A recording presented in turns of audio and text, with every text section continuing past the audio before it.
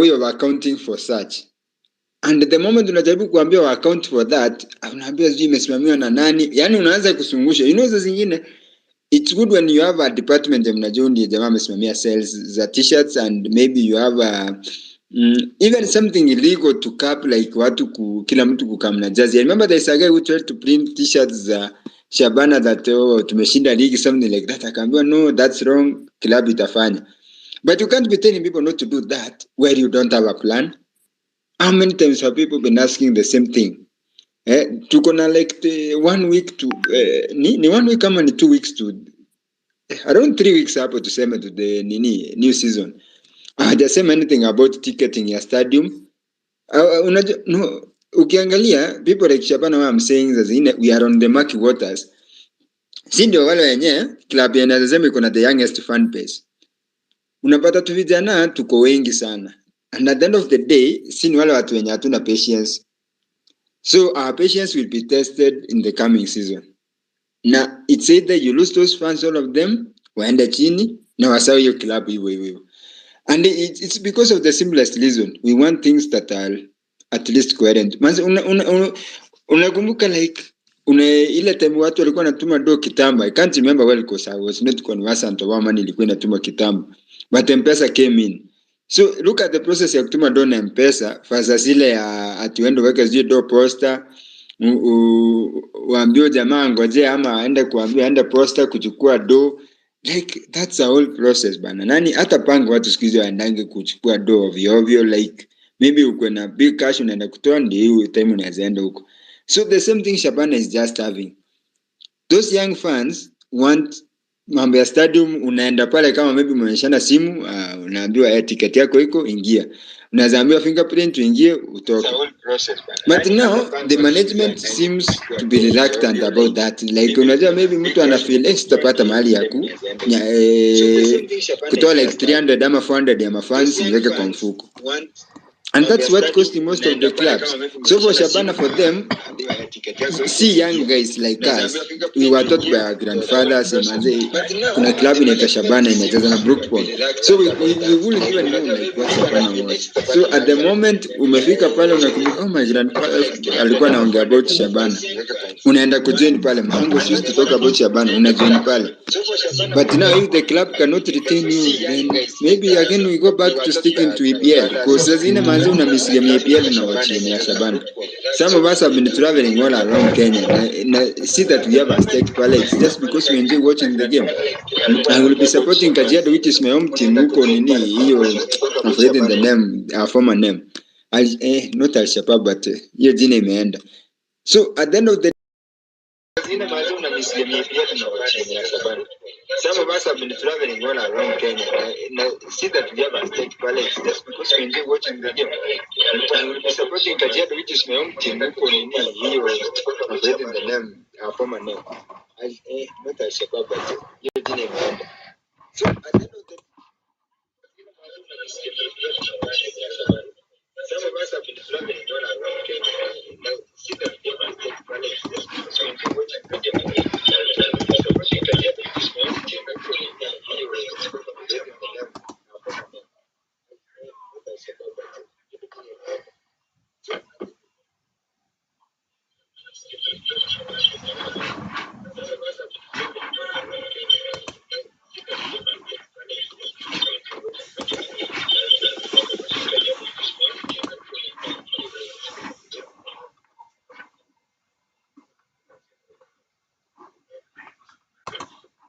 Explain why.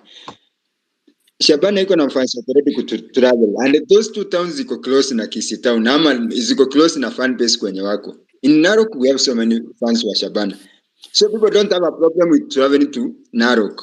The problem is the club accountable? Like inajua watu wakienda Narok watapata seats, kutakuwa na order, maybe mafans wa Olmeya wana travel pale, mtafika pale mwanze kupishana kwa gate, mwanze kurushiwa tear gas. That's the only thing people are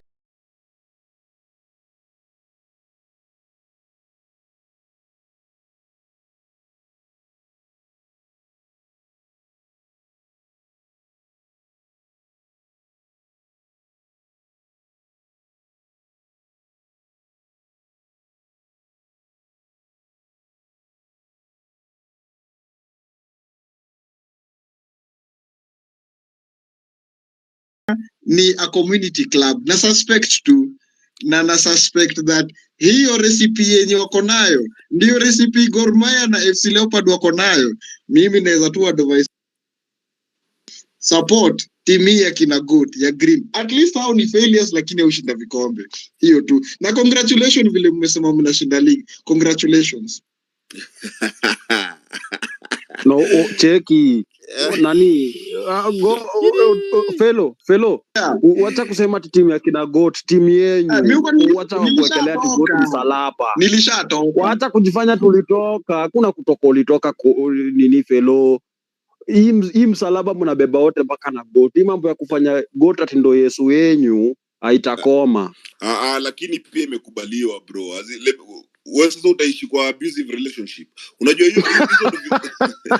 hizo ndio vitu si usema as in bro, usikae ati unakufa una support team ati jubudako alikuwa na support hiyo team. Pia wewe sasa anza kujijenga, pia build up na team. Na venye pia amesema hapo about Shabana. Kwanza the worst part ni Shabana has a young fan base. Now you can imagine with this young fan base, sidhani kama wamejiprepare with accommodating away matches. The security that comes with this big young fan base. Dealing with the expectations. Sidhani ka Shabana iko ready for that shit. Na nitarudia, kuna mtu alisema Shabana itadunda juu ya political affiliation. Juu ya that, your youngness, the youngness in the club. Lazima mugongwe na character development na itakuwa hard sana. Mutaenda games 3 na zote mkilose. Sidhani kama bado mafans wenu watakuwa na hiyo motisha ya kumove. Ati tumeenda huku tumechapwa, na not only kuchapwa but hata security were not offered security. Buda matia gas.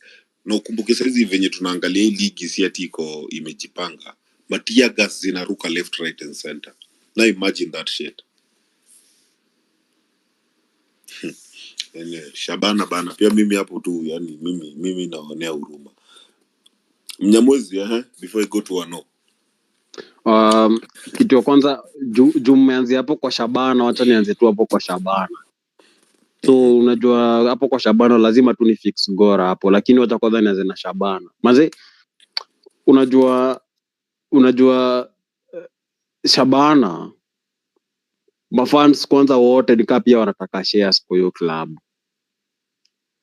Na club yenyewe like haijajipanga like vile maybe hao mafans wanaweza kuwa wanafikiria kulingana ukijaribu kuangalia preparation ya ligi, because nikijaribu kuangalia zile timu zenye zilibaki kwa ligi last season azijalalia masikio, maybe tu timu zimelalia masikio kwa timu zilikuwa nini last season ni Gor Mahia, FC, nani mwingine amelalia masikio, Tusker siko sure, lakini pia Tusker the same thing. So kuna possibility ya Shabana kusaidia hapo chini, kushika nini hapo chini, kushika hapo mkia juu. Mimi sioni kitu wenye Shabana wametutisha nayo so far sahi. Naweza sema kuhusu kama Murang'a Seals ni kama hao watu wana prepare their house, na hiyo kitu kimpango inanibamba. Kuna Wazito wanataka kubadilisha jina yao sasa. Wanataka kujiita jina lingine, na nakumbuka mkisema vile kutoa point huko ni ngumu. Na nikiangalia vile mpaka wasee washa attract investors inanibamba sana. Juu hiyo sasa ndo kitu yenye FC wanaifikiria, but hata si kufikiria, wana imagine tu kitu kaa hiyo, but hata hayuko ready for it. Leo ndo nacheki their former chairman akisema ati sahi FC wanafaa ku attract investor, wanafaa ku welcome investors ndio alafu club ichukue 50 fans wachukue 50%, investors wachukue 50%.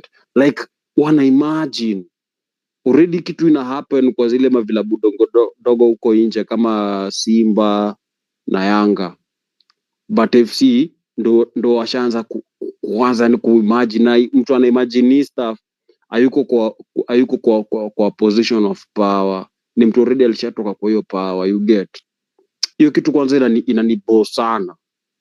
Another thing ni kuhusu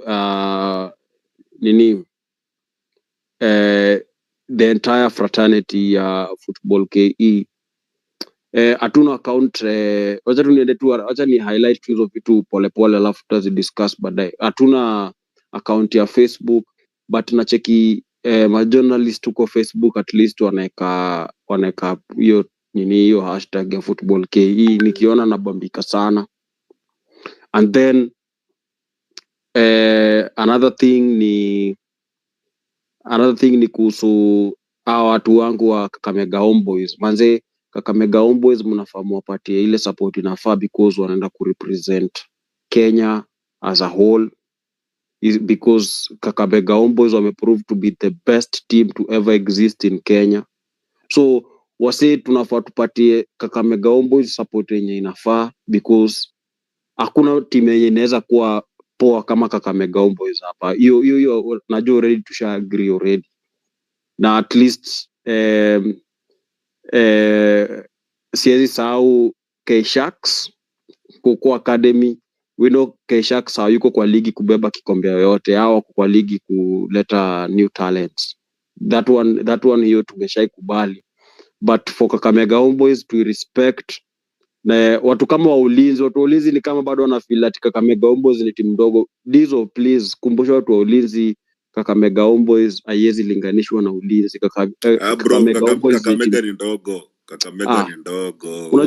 Unajua Dizo hiyo kuargue ndo mbaya. Unajua si already tunaenda kurepresent huko nje, so at least put some respect on that name. It doesn't matter. Kakamega ni timu ndogo. Ni timu ndogo na inapiga timu gani? Sasa timu ndogo na inataka kupiga shughuli yenye imeshinda mpaka Gor wamejaribu mpaka kufuliza na wamelemewa. Ona niambia nini hizo? Hiyo hatutakataa. Sasa hiyo hatutakataa hapo, but either way Gor bado ni big. Ni ile tu sasa tunaweza sema at least Kakamega tunaweza ona structure in it. So we can that's the only thing naweza iongelelea, that at least Kakamega iko na hiyo structure, and I'm hoping it will maintain the consistency on that structure. Alafu hiyo structure iko saizi juu wana win. Alafu Dizo umeona vile Gor na FC wanacheza kijanja. I think pia ulinzi wanacheza hiyo design ya kungoja wale maplayer wanajipata wakiwa ma-orphan. Hao ndo sasa wanasainiwa. Like hakuna FC washatuone, FC ulinzi na Gor washatuonesha hawataki kununua player, au wanataka tu maplayer wajilete kwa klabu wasainiwe. Sijui kama umeona kitu kama hiyo. Alafu kitu kingine ni kuhusu jezi. Maze, yani inaniuma sana kuona mafano wa Gor wakilia vile hawana mahali pa kununua jezi. Mtu kama Felo, manze, Felo design vile kitu bro. Felo saizi ameingia LGBTQ, ako Rainbow FC bro.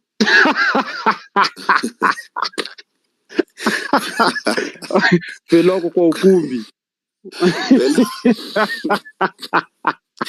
Felo ameingia LGBTQ uko Div 2 bro. Gor Mahia mkuma huko. Mjamaa kwa Rainbow FC. Juu nimeona Trosta ni kama Trosta ameblock mpaka Gor, by the way. Si ati ameblock, wamemblock mpaka sasa hata aende communication na Gor. Trost pia ndio huyu yatima, hata yeye mwenyewe ajui saizi ya support team gani. Trosa sijali, tunamkaribisha Kakamega Homeboys abana wengo, na mtu wetu wa Shindu Muneti Mbakaya kwa milimu. Maze Mbakaya jo anatufuga man. Dizo ile pande nyingine Mbakaya jo. Mbakaya tafadhali. Alafu Mr. Mike Mbakaya alikwambia umsalimie vizuri buda. Usiite hapa Mbakaya.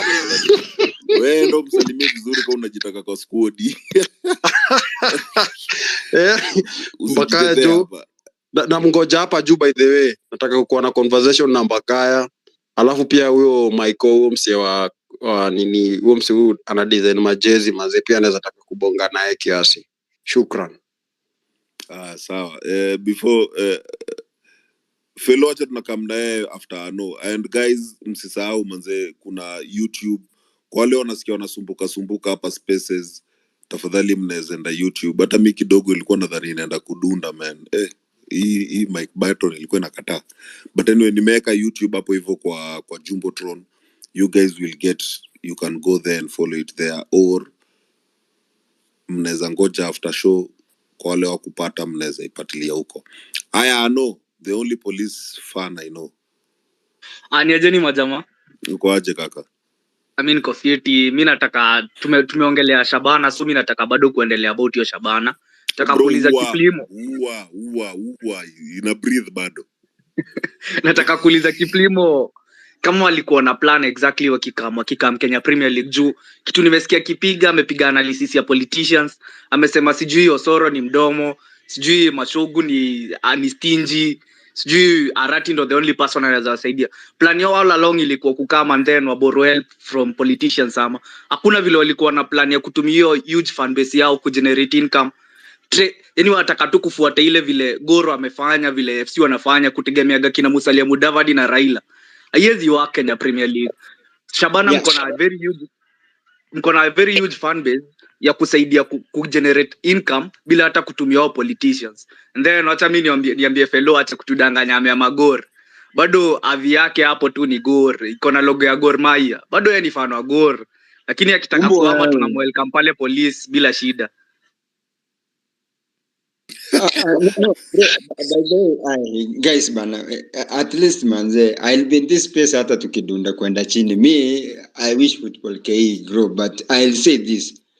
I don't think that there's no super fan alikuwa subscribe to that mentality that kuna politician atakuja then I say nini. Let me just in fact even use another case to highlight the story ya Shabana. Unaona, the moment you see politicians on a gang up kukuja club, I don't support even any politician at like wakuje huko in fullness. Yeah, goodwill they can come ili akupitia kwa mbali. But not at the moment where like someone organized in ceremony, then from there manze mnaambia iko hivi na hivi, and now you find like club imeanza kukaa ni kama ni ya politician mmoja. I wouldn't support even that nini Arati whoever no manze, you know, the club seemed to be having a way yenye iko to politics. Man, there was a time tukaenda pale tu stadium unajipata tu mko mafans tu peke yake mna enjoy game. Tuko na G6 ile no I mean tuko na G6, G7, tuko na G5 VIP wing. Tungeingia tu nini, unaingia stadi pole pole au sumbuani na mtu, mnakaa space mnachapa pole not space, mnakaa stadium na watch game inaisha na mnatoka pole pole. After time mnaenda hata Quickmart unabai kitu unarudi stadi. Away watu mna travel ama mnaambia wale mafasi wao kama ni Mombasa watokee wa represent. Yani things were moving nicely until now. I think the moment waligundua imetokea, that then unagundua club iko na shareholder hasa wameamua kusaidi na politician fulani, and easy dinners na kuorganize tu bana. You know, zingine I think as far as unajaribu kujitoa kwa hiyo mentality ya kuwa supported na politicians, that's one of the clubs kama kina Wazito ili wakalia ngumu kulmain the way they are ama kina Sofapaka, because you want to align yourself towards a specific end. But watu kama Shabana now unapata wao it's more of a club in a sasa ndio unaanza kuondoa politicians ndio walikuwa like shareholders more than the fans who waliingia pale wakisupport to club out of that loyalty maybe from childhood ama ile tu ulipata na nyie kumbe in this set of cases tunaweza kuwa na club na sisi tuna support, rather than utoke hapa uende maybe Kisumu kusupport, now you have a game next to you. So it started more of like that, but now the way things are going, I think it's either politics will consume the club na wao pia warudi na zile za kuenda stadium, napata game ni kali but mko watu mafans kama 50. Yeah, And I don't know who supports Gusii. Gusii is another club from this side. Maybe it's them who will take up the mantle now. Juu maybe wao watakuwa na watu, unajua pia watu mnaweza rudi hiyo side ingine. Just remember like the rivalry even abroad, unapata club ilikuwa inasupportiwa na watu, then after things went south, kama kina Liver Plate na hii ingine ni Boca Juniors, same thing. Mnaamua tu wacha hiyo ikae hao wengine na sisi tuanze maybe afresh. So but I think it will be sad for football in Kenya that mna lose a very big and young fan base yenye ilikuwa inafikiria football as a social, from a social perspective, rather than now nyinyi mnaiconvert na kuwa more of killing that social vibe. Watu waanze kuacha story ya football na again mwanze kurudi kwa club mkiwa stories za EPL peke yake. When will we grow our game? So I think those are the questions as watu wanafaa jiulize before you make some of the decisions, because they haunt you so far and wide. Bro, first things first, wacha nikwambie, tuliwaambia, mimi nakumbuka moto mulikuwa nayo ligi ikiisha, moto mulikuwa nayo mkiwin ligi, tuliwaambia by the way nyinyi watu wa Shabana mnataka kujua mjui ligi hii season. Na imagine ligi haijaanza, ona venye umeanza kuongea hapa kama mnyonge. Hadi ushatuambia venye jasi merchandising hakuna do inaenda kwa klabu. Ushaanza kusema yenyewe ndio watu waanze kusema oh sijui nunua hapa. Mshaingia stories za Gor. Bro, Shabana mnataka kuona moto hii season. Mimi nataka kuwachapa banta. Nimeona hata Gor ishakufa. So nyinyi Gor wamesarenda. Nyinyi naona bado mko na damu. Nyinyi bado mko na damu. I don't mean that things are so bad that way, manze. Maybe there is something cooking now, pia. Let's give it time. It's only that, najua pia za zingine ni ile, pia, me I tell people, in business inakuanga always it's a loss or a profit. So you must be prepared on both sides. If a loss comes your way, you accept it and move on. A profit comes your way, accept and move on. So here to the two game here. Either we lose. You see, that one doesn't apply here. Usieke ati in business. Remember, this is a club.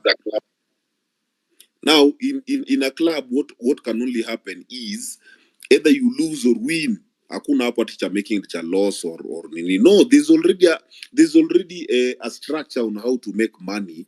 For as long as that club is there, you people already have a club. You already have the fan base. Buda mko na product na mko na consumers. Hakuna hapa cha business cha loss na nini. You people, if you mukimake losses saizi, that's ni nyinyi ndio mmetaka kumake hizo losses because of lack of a structure. Sure. And bro, let me just even say something else ndio watu wajue that zingine atuongelee even as last Shabana. Naona club kama Migori na Gucha Youth, those clubs, moja iko I think Division 1 ama na Migori Youth wako bado NSL. Just look at Migori Youth. Even by the time they were losing that game, like they were prepared for an outcome. And still look at their website. You know, I do visit some of these sites unaangalia how things are going on Club A, Club X. For them, their life moved on after that. They knew, we are going again back to the drawing board. We have to prepare and sell in Akuja. So already for them, they are doing their merchandising. Things are back to normal. Waendelea kutafuta another way to get promoted next season. But now for us, equally yes, we are doing the signings and everything. But zingine, let's have some order bana. Hauhitaji kusukumwa now and then. Same thing, unaona kama ile FC tunaulizia tu ati manze, mbona tusikue na ticketing system? Watu wanataka kuregister as fans. Muambie kwa mnaenda kuregister. So those small things will come to haunt you because itafika ile time unataka kuregister fans, unapata mafans hawako. And that's what most people forget. Manze, time is of essence. Time. Again, I say time. So what is this thing you keep venye mkopoa social media bana, you've shown us the games mafans wenu wanafaa kwenda pale kwa fixtures. You are the first team to to go and specify the exact teams you want your fans to go.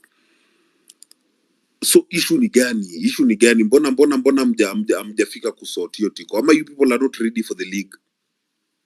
No. Let me tell you, bro. Again, I said the same thing that is affecting most of the teams. Management, when you don't want to be held accountable, accountability, bana. Because you know why people want to yeah, Ngoja. bro. Wachana na timu zingine. Tuko Shabana. Ni Shabana, the same thing. Unaona, like by the end of last season, unajua hata tukiwa pale study, there was a time watu walisema we want to tuchukue vitu za VIP because VIP ilikuwa inauza 200. So people say VIP inafaa ikuwe differentiated na the normal stands. Kafika mahali I think the club ikaondoa watu wanunua tickets nyingi za VIP, so wakaamua they had seats so that at least manze mtu na feel comfort ya kukaa hiyo section. So that was a problem yenye ilikuwa ishaonekana ikakuwa sorted and people so at least some development. So same thing na sahi, people want to see your club at least muko na mahali mnaenda kubuy tickets. Hata na vitu kuniambia pigia Dizo akuletee t-shirt bana. Unapiga simu au pati mtu. Two, people want to know where they are going to register as fans.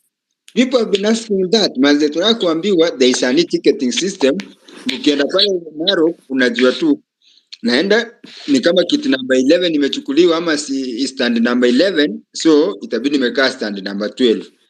Au bishani na mtu like ukiingia stand unajua yenyewe hii ishaenda, so I'm going to sit in number 12. So those small things mtu hataki ku account for that because maybe they feel hata kwa anapata ndio wengine inaingia kwa mfuko yake yenyewe aku held accountable for. Those small things are the ones we are crying out for. What was your ticketing system last season? Ile system bana ya kina ya 1990s ile ya kupewa receipt bana. Bro, ulikuwa unaambiwa kuja na cash and Budo, waje nikwambie una sound kama fan wa Gor. Let me tell you, yani you are sounding like a Gor fan. Na hiyo tayari ishakwambia mali shida yenu iko kama Shabana. And manze mafani wa Shabana mko hapa bana. Tusilinganishe na Gor bana. We had some order bana. Mungu tusaidie jameni. Hey. Wacha nikwambie kwa nini hata ilikuwa mnalinganishwa. If you look at the games that most people were looking forward to the coming season, kumbuka ilikuwa ni Gor Shabana, Gor na AFC, hiyo ni desturi.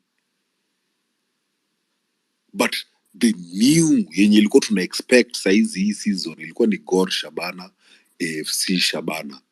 Buda Shabana na hiyo kelele mulikuwa nayo na the fan base venye mlikuwa nayo, you had already created a rapport.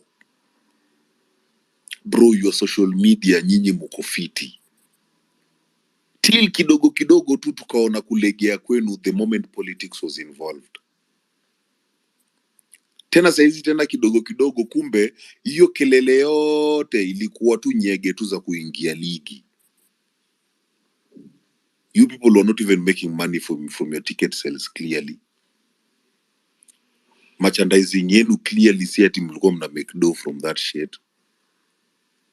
So nyinyi mnadhani mnakuja kusurvive league aje? Mko na sponsor?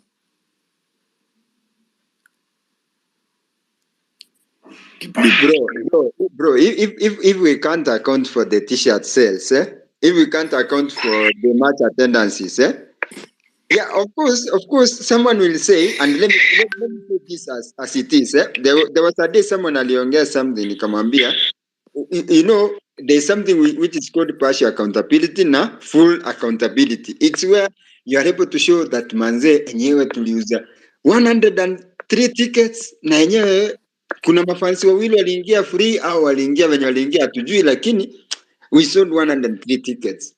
But kuna ile inaitwa partial accountability, tunasema tuliuza 51 tickets na mliuza 103 tickets, but tunasema ni 51, but hata ukihesabu pale unajua hapa tuko hivi na hivi. So now it's time people want to see that order. Manze tumeuza 103 tickets, 103. So that now at a club in Manze we are going to some direction. But you know, anytime someone will ask that, those things will not be answered. I remember when one time somebody alikuwa blocked on social media because of asking for something similar. And unajua saa zingine we try to stomach some of those things that manze kama sisi wenye tulikuwa tunakaa VIP wing unaambia wala jamaa boss nyinyi officials hebu angalia complain. I remember even the same of the seating system. I complain manze tuko VIP na hatupati kiti, so the next time nilikuja hapo niambia no mbona ukichukua kiti kutoka pale ama chukua hii. So but I don't want to be attended as Kiprimo. In fact, I'm Lemayan. That's me. I don't want to be attended as Lemayan. I want to see everyone satisfied with what they paid for. Not that you satisfy me, but forgetting that there are other 100 fans also want the same treatment. They paid the same money as I paid. That's where clubs even go wrong. Because unafika pale unapata hata politician ndio wamekuja mnataka kuwapea front row seat na hamjui kuna mafans wenye as far as they might not afford the same clout wale jamaa wameleta hapo, but they are your loyal fans and they deserve better treatment. So I think that's where things go wrong for most of the clubs, and the Shabana, it's either we shape up or we are out. So for me, I not be amused for the young fans who will be disappointed and just say 12 with Kenyan football, let's go and watch something else. Hata ili tuenda hapo tuangalie Formula 1 tushangae nini inafanyika. Ama unaamka asubuhi kama watch basketball. And as well as you understand what people are doing, unaona tu akicelebrate and you celebrate, and unaamka unalisha ng'ombe zako unarudi kwa nyumba. You know, so, hey, let me not even start ranting by the check. Fanyeni hivi, first things first, by the musiache farming, maintain huko. At least unajua mafans wa Gor na wamepotea huku Nairobi. Shabana, shikeni hiyo farming, msifuate Shabana tukiolela bro, mtakula stress muti. Secondly, chenye nawasaidia at least nyinyi bana mko na kitu fulani yenye Gor sidhani kama wako nayo. Mko na madem fit sana. Hiyo Shabana ni Shabana na madem ama ni nini na nini? Bro. Hiyo ni kitu at least naweza changamsha mafans wenu wakienda wasonge. Because when it comes to commercializing, I can assure you, I don't think your team is ready to commercialize the capacity of the product you people have built. I don't think if your team is even ready for that product yet. So I repeat, nyinyi na Gor same WhatsApp group. It's just that Gor ni team imezeeka in mediocrity. Nyinyi ndio mnaingia, so your blood is still bubbling. Lakini without the structure, you'll collect so much rot you can't even sort your shit out. Fellow, naona hadi Trosa ameingia ya tima mwingine. Maisha ni hard hapa. Trosa naye ana meza mpaka madawa za pressure. Trosa anaumia. Bizo. Fellow unasemaje? Ukiplimo siwezi taka tumalizane naye. Huyu tutakanyaga chini. Huyu tutakanyagilia chini. Wacha nikuambie. Huyu jamaa ameshinda akitupatia lecture kila space, hii ndio space best kabisa tushai have kwa hii. Mimi kutoka ni join space. This is the best space. Huyu jamaa ameshinda kikashifu Gor, amekashifu Gor. Sahi yeye the same problems zenye tumeshinda tukisema tuko nazo na kitu kashifu nazo is the same thing. Kiplimo tabwata nikuulize, mwenye anauza hizo merchandise si mnamjua? Ama kama hujui sema nikuambie jina yake. Si mnamjua, nimemuona kwa pictures za club several times. Mnyamwezi mute mic yako kidogo.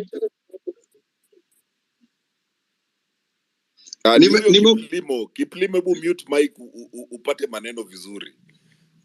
Huyo de mwenye anauza hizo merchandise. Ni mtu mwenye anajulikana vizuri sana kwa Shabana kwa sababu nimemuona on a couple of games na nimemuona quite close to the technical bench na the players nini. So ni mtu mwenye anajulikana.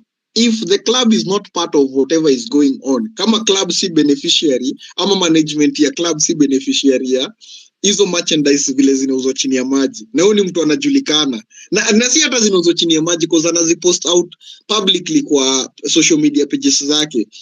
na ni mtu club inajua. Mbona club isitoe statement ikisema hatutaki huyu mtu atuuzie hizi merchandise zetu? Nilikuwa naambia hata siku yenye tunapanga ati kuenda game ya Shabana huko hivyo nini, tear gas tutakula dizo ile ya Gor Mahia na FC Leopard. Kama unadhani ni tear gas, hawa watu ni in a different color. Characteristic ni the same, different color. Kiplimo akimaliza anataka kuingia kwa Mnyamwezi. Kakamega Homeboys haina necessarily structure yenye tunaweza ona other than kukuwa na a steady income na hakuna any sort of issue yenye inaonekana kwa the public. Nini wanaweza sema? Nini Mnyamwezi anaweza tuambia? Kakamega Homeboys is doing better than Gor Mahia. Toa issue ya allowance na payment ya player. Kakamega Homeboys inauza jezi. Kakamega Homeboys inauza merchandise yote. Kakamega Homeboys wamefanya marketing yote kutuambia game itakuwa hivi. Fellow nauliza mtu amekuwa fan wa Kakamega Homeboys juzi tu kwa space. Sasa atajuaje hizo vitu? Kusema tu. Amesema Kakamega Homeboys yenye iko na structure. Huyo chairman wao tuseme bad luck anyurie leo. Nini yo? Kuna mtu anaongea? Oli mute your mic. Oli Koba, mute your mic. My bad. Yes, tuseme huyo chairman wa Kakamega Homeboys Toto. Something happens to him today. Leo hata apate ile ugonjwa ya Lamu, apate chicken pox yenye imemlemea kabisa. Do you think Kakamega Homeboys can survive a season without that guy?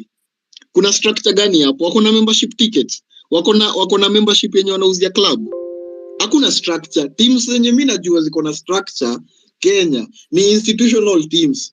Ulinzi, coach akadedi, technical bench yote idedi, players wote wa dedi, management yote idedi, next season Ulinzi itakuwa hapo. Kakamega Homeboys kitu gani inawezafanyika? Not that inakaa kama careless talk, but hakuna structure iko hapo. Hiyo ni one man show. Akiboeka na hiyo team imeland. Tuanze na Kiplimo kwanza. Bro, hata niende all out bana. Wewe. Unaenda bro. Kaa chini hapa vizuri. Tulia tu kam. So let me say this. For me, I'm always against this thing here. Unajua, the moment you are handling more than even 500 people, hata duka ziko nalipa na M-Pesa bana. You know, hiyo story ya tear gas peke yake, let me just say, I wish anybody mwe ananifuatia on social media ameona nikiulizia wajamaa wa Shabana social media pale na waulizia, but they never reply to that question. Cause manze, the last game pale Kisii watu walinyeshewa tear gas. Tena game ya Migori which I missed of course because nilikuwa najenge kwa chaos, na hiyo siku sikuwa ready kukimbia kidogo, ilikuwa tear gas. Na game ya Baba I think ulikuwa na tear gas kidogo, ama no, hakukuwa na tear gas but watu walikuwa excess. Na which again I'm going back to loyalty. We the fans when like tumekuwa na team all along, tulifeel vibaya kukuja kuambiwa manze leo hamtakaa VIP mnaenda kukaa sijui wapi, ama because azini ulikuwa unanunua tickets hata mbili unanunia mtu mwenye ana so that muingie kwa field, mtu mnaambia tu ati leo kuna VIP anakuja so itabidi umetumia sijui wapi. Kila mtu wako na spot amezoea kwa stadium. If you look even in abroad, people have specific points wanakaa. So ile siku unaambia usikaa place fulani yenye umezoea kukaa, una feel so offended. So to me that day I was offended, but I was like anyway whatever. And I told I remember telling some of the guys were management our visuals that the moment mnaanza kupull watu wa politicians atu wamelipia tickets full, itakuja kuwaletea bala. Hardly haikuenda mbali like a month, ndio mmoja akasema nimepeana free tickets watu waingie stadium wote. Watu wako hapo hivyo, mtu ataitokea game ndio anataka kuingia stadi, then tear gas ndizo zinaanza. Imagine if Shabana wants to know which kind of fans they have and how loyal they are, those young boys and girls bana walikuwa wamepanga line hapo, tear gas inapigwa lakini wameshikilia ukuta so that waingie ndani. How do you tell me those fans mwanze kuwa mess that disown the club now, waseme enough is enough tu, wacha tuende tufanye vitu zingine. So za zingine I do understand you. Order inafaa ikuwe kutoka mbali. Wacha watu wanunue tickets mbali bana. History ya kukuja hapo stadium unaanza kuambiwa toa 100 alafu peania hapo kwa gate. Those things bana are long gone bana. Hata some of the nini data tunanuanga. For example, kuna local tea factory. Naonanga ukifika pale unaambiwa kuna tea hapo, lipa, unapewa majani unaenda nayo. So how do you tell me that a club like Shabana hamwezi kuwa na till number, unalipa ticket, inakuletea your ticket details, your story inaisha? We can afford it. It's only that people don't want to be accountable. The problem is accountability. Unaambia mtu wacha kuuza jazi hivyo, wacha ziuze from the club direct, hata kukuwe na even a website. But unaambiwa hapana, this is how things are done, leave at it. But at the moment you mention accountability in most of our Kenyan clubs, some of our systems, easy organizations nini, hapo ndio unakosania na watu. And I'm sorry to say, I think if Shabana shape up, the better. If they don't, tutakuwa na season mrefu, tutatukanwa hapa, hata tutashinda kina Gor Mahia wana tunachekelea. Bro, Gor Mahia wamezoea banta. Nyinyi sidhani kama mmezoea. So msijikompare bado. Nyinyi watoi, mnataka kukula banta hii season mti. Goat ni nani? Goat. Huu ni nani? Fan wa Kariobangi Sharks saizi niambia kitu bro. So hiyo ananiambia. Unasema nini sasa pia wewe? Wewe unajielewa kimaisha kweli wewe? Sisi tuko hapa tunaongelesha mtoto wako. Goat anameza, sai Goat anameza madawa za kupunguza pressure, bado Goat anameza. Dizo kwanza uwezi niambia kitu. Unajua Dizo nafaa kunipeanga heshima kwa hii mtaa. Unajua mimi ndo nilikutoa kwa nyumba nikakupeleka stadium mtu wa kwanza. Kama uje kanyanga stadium ya futa, hata ujui vile stadium ya futa inakaa. Mimi nikakutoa tena Nairobi nikakupeleka Murang'a. Just imagine. Nikakupeleka Brother, wacha nikwambie game ya kwanza nilipelekwa na Lamo Grau. Wewe wacha zako wewe. Yenye nilipikotia gas. After hapo ile ya Gor ukienda na Mjunior. After hapo ukakuwa. Acha niseme mimi ndo nimekutoa Nairobi juu ya game basi. Siniambie Lamo ndo alikutoa. Sema hiyo. Sasa unaona jitetea na hiyo. Si ati unajitetea hapa na vitu zi make sense. Mimi nakwambia saizi niko place yenye mimi mtu wa Gor, mtu wa AFC, mtu wa police, mtu wa sikuwa nataka kumention Shabana, lakini juu wenyewe wako na fan base zote tunawapatia. Mtu wa Shabana, mimi sasa hizo teams nyinyi mnaniambia nini? Shabana nao wanaficha kwa kadili kao ka bank bet hawataki ku announce bana. Na already tunajua. Wamekafi. Wako na sponsor? Wako na sponsor bank bet. Kwani si hujaongea Simbarati ndio sponsor. But wako na bank bet wamekuja. Yeye ndio kuku wa hiyo team bado. Yeye ndio upika keki huko. Ya juu unajua wenyewe fellow, unajua kama bank bet wangekuwa wamemwaga do vizuri huko, Shabana wangeona aibu kusema. But ni kama ni Simbarati si ati kuna aibu wako nayo kwa announce. Deal itaannouncewa Mnyamwezi tuli. Ama ndo management ya club. Deal itaannouncewa bado. Hiyo siku leo ilikuwa siku ya trophy. Maybe kesho watatuannounceia deal. That's it. But yeah, hiyo ndo si ati rumors. Hizo ni confirmed news. Yeah, niko na some inside man hapo Shabana. So bank bet it is. But Dizo unaweza trust watu wenye walikuwa wanaamini Owalo akipiga picha na mwendo wa wako CAF. Dizo.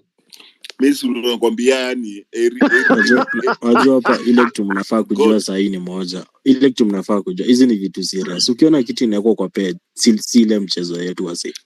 Kama hiyo kitu ilipostiwa kwa page ya FootballKE, yeah, hiyo ni kitu confirmed 100% sure, you know.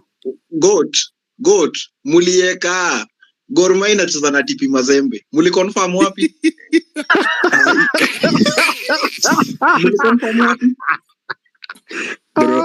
Bro, you naweza jitetea. From my side sio mimi nilipost fix at TP Mazembe.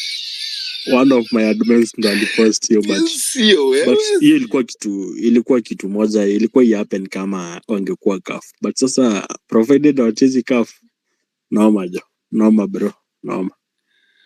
Hata si tuongee bana. Sasa Kipima bana got kwanza ngoja. Saizi mimi hata leo sina nguvu ya kubanta Gor. Manze, we were really flowing on a very good frequency. Nataka kuua Shabana. Leo ni foundation tunaweka ya kubanta Shabana. Hao wenye niliona waliunda cake na badala ya post players walishinda NSL wakaweka Simbarat na Raila hapo. Bro, wameweka nini wa Gor Mahia? Patron wa Gor Mahia, bro. Yani ishakwambia the resemblance of Shabana and Gor Mahia. The failure is constant. Inafaa tuulize after kuweka patron politician vile tunaendelea.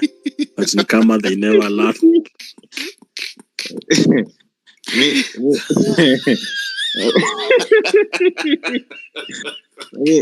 Mimi tunajua kuna play Shabana tena. Wakimaliza namba kabisa atacheza playoff tena. Hiyo tu. Kuna. There's nothing there about Shabana. Just they said that like hakuna anything there about Kakamega Homeboyz, unaona. Mimi Roster ongea na heshima, Roster. Usiacha kuongea ni kama unapeana heshima kidogo. Tulia Mnyamwezi, tulia. What does Homeboyz have? Surely you are getting a sponsorship from a company that nobody even cares about. A sponsorship of 20 million.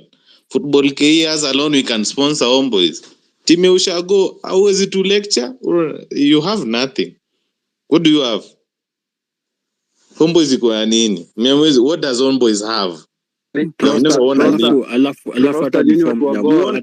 hata before Mnyamwezi ajibu. Ngoja, Tross, sijui hata Mnyamwezi, why is the guy talking about Kakamega Homeboyz? Na alikuwa fan Homeboyz kwa space. He knows nothing, hata ajui captain Homeboyz ni nani, ajui captain ni nani, ajui coach Homeboyz, hata pengine ajui Homeboyz inachezeanga wapi. Sasa anataka kuja kutuletea story.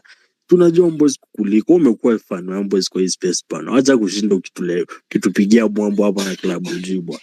Hata ujui striker Homeboyz ni nani, ujui Homeboyz imeshinda kikombe kiasi God. Homeboyz imeshinda kikombe inabatizwa kila siku. Even me, you get baptized once. Homeboyz keep won a trophy that next season it will be called Evans Ochieng FKF Cup. Next season it called Arnold FKF Cup. As soon as anybody has money, the trophy keeps on getting baptized, keep on changing the shape of the trophy. Which kind of a trophy is that? It's going to be as irrelevant vile lishakuwa. Okay, let me start on a negative note. On a negative note is hakuna team hapa Kenya ishatoa jezi yao ya next season. So I've been waiting. Even today I've just seen Esperance de Tunis launch their jersey. It's from Tunisia, and if you look at how they have presented their jersey, there's the people who went for the shoot for their jersey, the persons with disability. You can see the level of creativeness in the Esperance jersey. Kaizer Chiefs launched their jersey today with Kappa. They have moved away from Nike, and other teams are launching their jersey, Cape Town, Simba, and blah blah blah. So you're asking yourself, our league is supposed to come back in August. There's no team that has launched a jersey, so it's hakuna mtu ako ready. Federation released the fixtures, no venues, so I don't know fans, how are we supposed to plan ourselves to go to Buhungu or anywhere. So I don't yet know why did they even do those fixtures, and then to keep posted again. Who is Shabana supposed to play in the first fixture? Is it Muranga Seals? Ama who are they supposed to play? Because nimeona ingine it's Muranga Seals, and then again this league is supposed to come back. This fixture we're expecting to see Azam and whatever 1xBet hapo chini. There's nothing. So I think fans again, we are overworking for the past 1 month. Football-KE has been trending, been talking about this league, but now it seems nobody is ready. The teams are not ready. The federation is not ready, since they don't want to give anybody to run the league. And fans as well, fans for individual teams are not ready, because For example, for football-KE, we are fans from different teams. We banter here and there. But then again, you notice there are some teams that, yes, they have fans. Mnyamweji is now defending Homeboys more than Toto. And I can't see people defending City Stars. I can't see people defending Kariobangi Sharks. I can't see...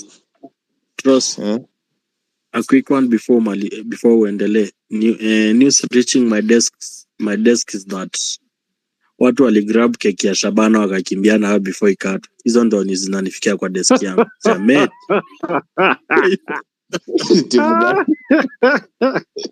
Utasikia next utasikia wameuma coach masikio. So I think bado kuna shida mahali. Even if we are trying so much, kuna kashida mahali. I think federation na hizi teams vile tuliwaforce waka release fixtures. I think we're now supposed to move to the next step to tell them release ni jezi. Unaona like Homeboys jezi yao ile sura mbaya inakaanga vibaya na wanauza 5,000. Wa release hata watu wadanganya watu Homeboys tumwareleasea jezi, unaona, cause I'm wondering how they are going to play in CAF competition and yet they don't have a unit. You see, in CAF you cannot show up with a socks of Umbro, a shirt of Adidas, a betting a sponsor which doesn't make sense. For example, their company for betting, it won't be on their jersey when they get to the levels of group stages. So what is going to happen next? People saying that Homeboys has structures and blah blah blah. Homeboys does it even have a junior team? I've never seen Homeboys as a junior team anyway. Bro, swache fan Homeboys atujibu hizo maswali. Homeboys does it have a junior team? Homeboys haina junior team.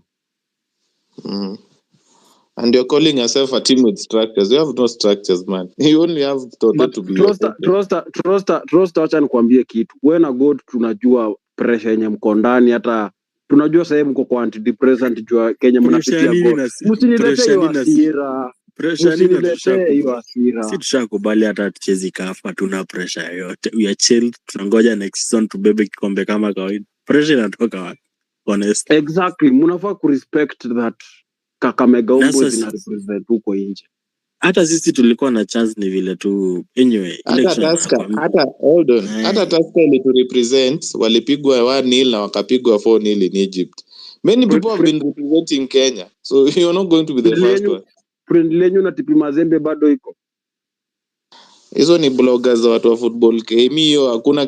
There's no way we are going to play TP Mazembe, by the way. There's no way we are going to play TP Mazembe, and there's no way we are going to play the other teams. Ask me why. Because these are teams that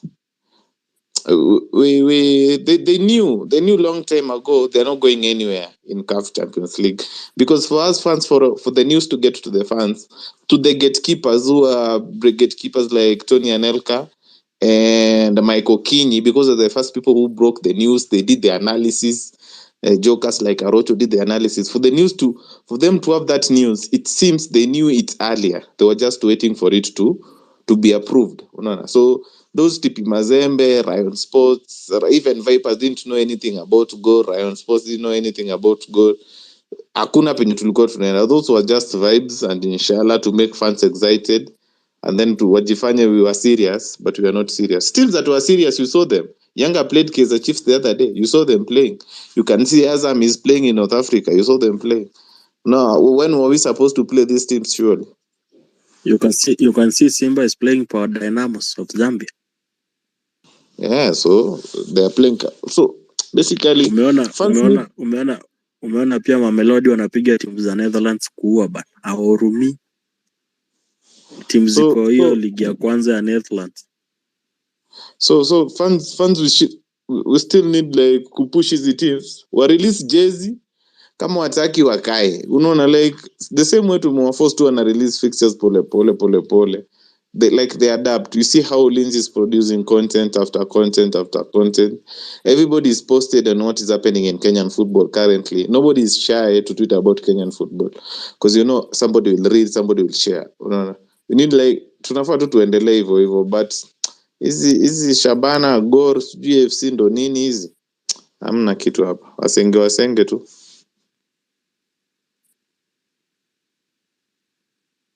Cross, lakini hali yako iko namna gani tangu Gor kwa break?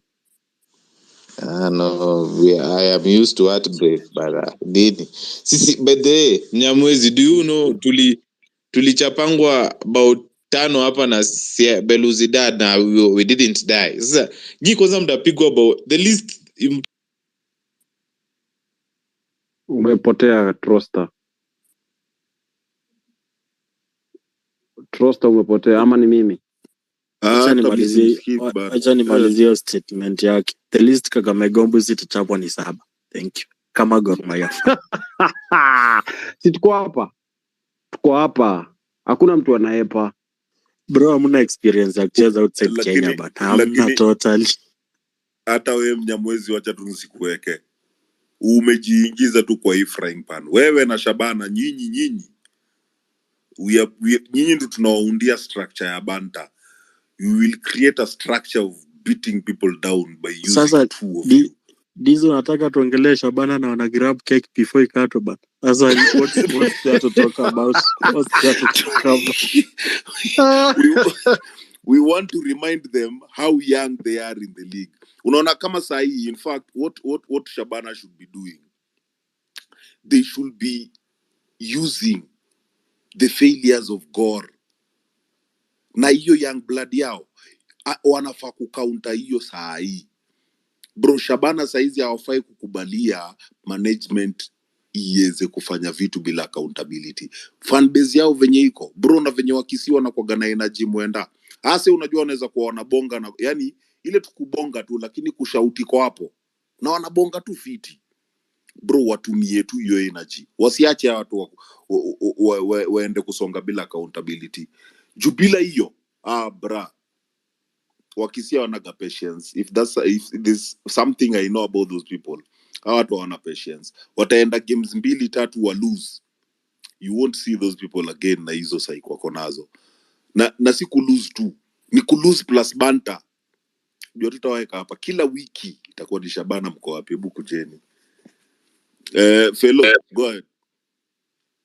Kiplimo tunakujia, tulia, nataka uzireceive. Ndio ukitoka hapo ukienda kupatana na watu wako huko, watu wa Shabana, unawakalisha chini, unawaambia bro, hiyo banta siikuli tena solo. Mtakuwa mnakuja hapa na familia.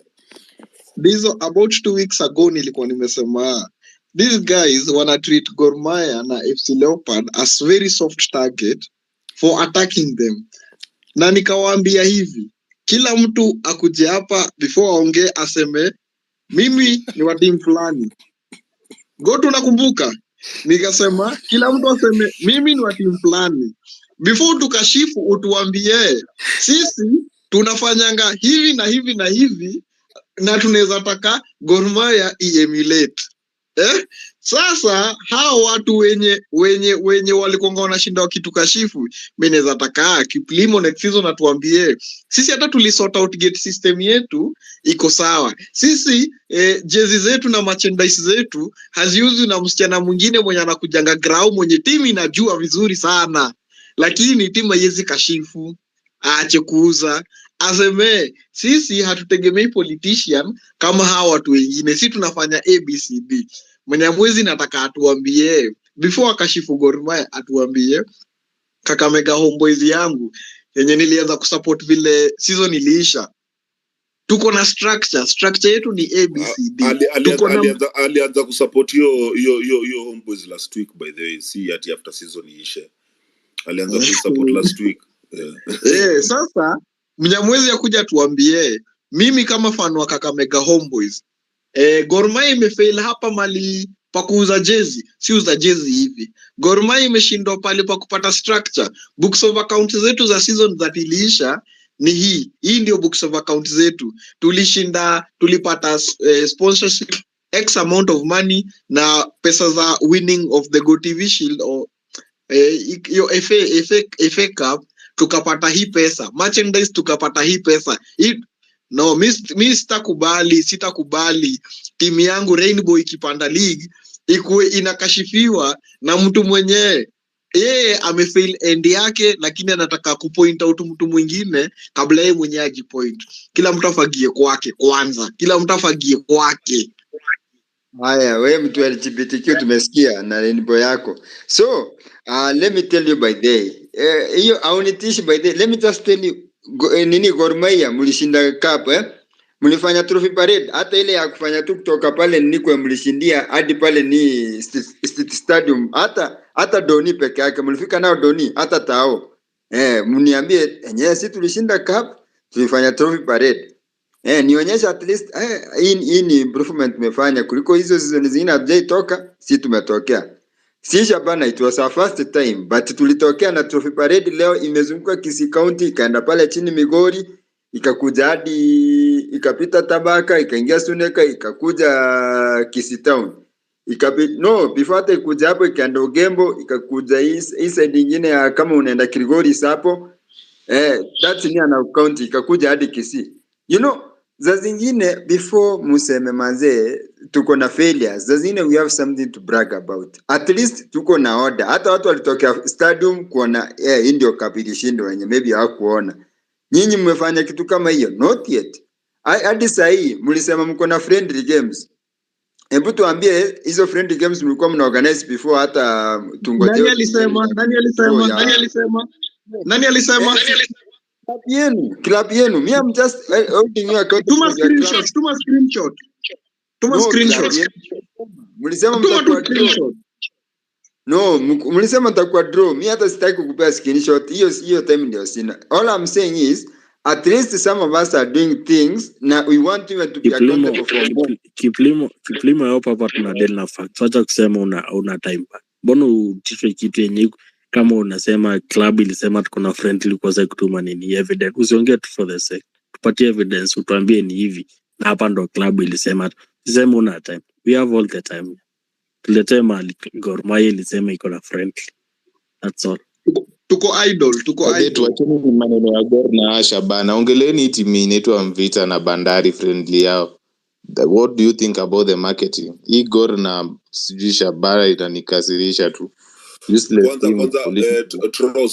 Trust before bundles za Gor Mahia zikushukishe chini. Ulikuwa umesema you started with negativity, ulikuwa una come to positivity.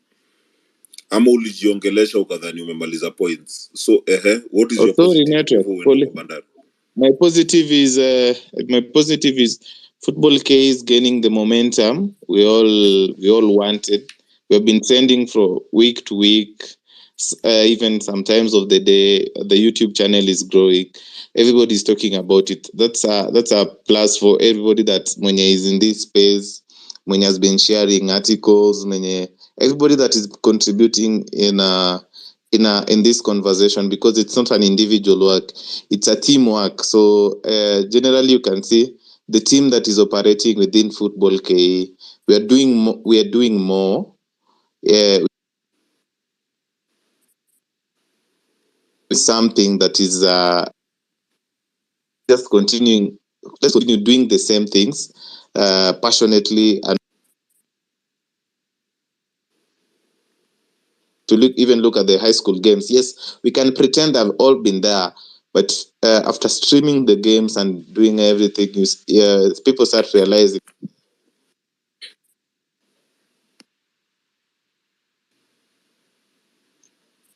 Bundles zake zina struggle kama management ya Gor. Bana. And you people don't fucking pick a struggle. Trust. Fucking pick a struggle, bro. Nimeona kuna mluya mwingine hapa. Maseno Comrade.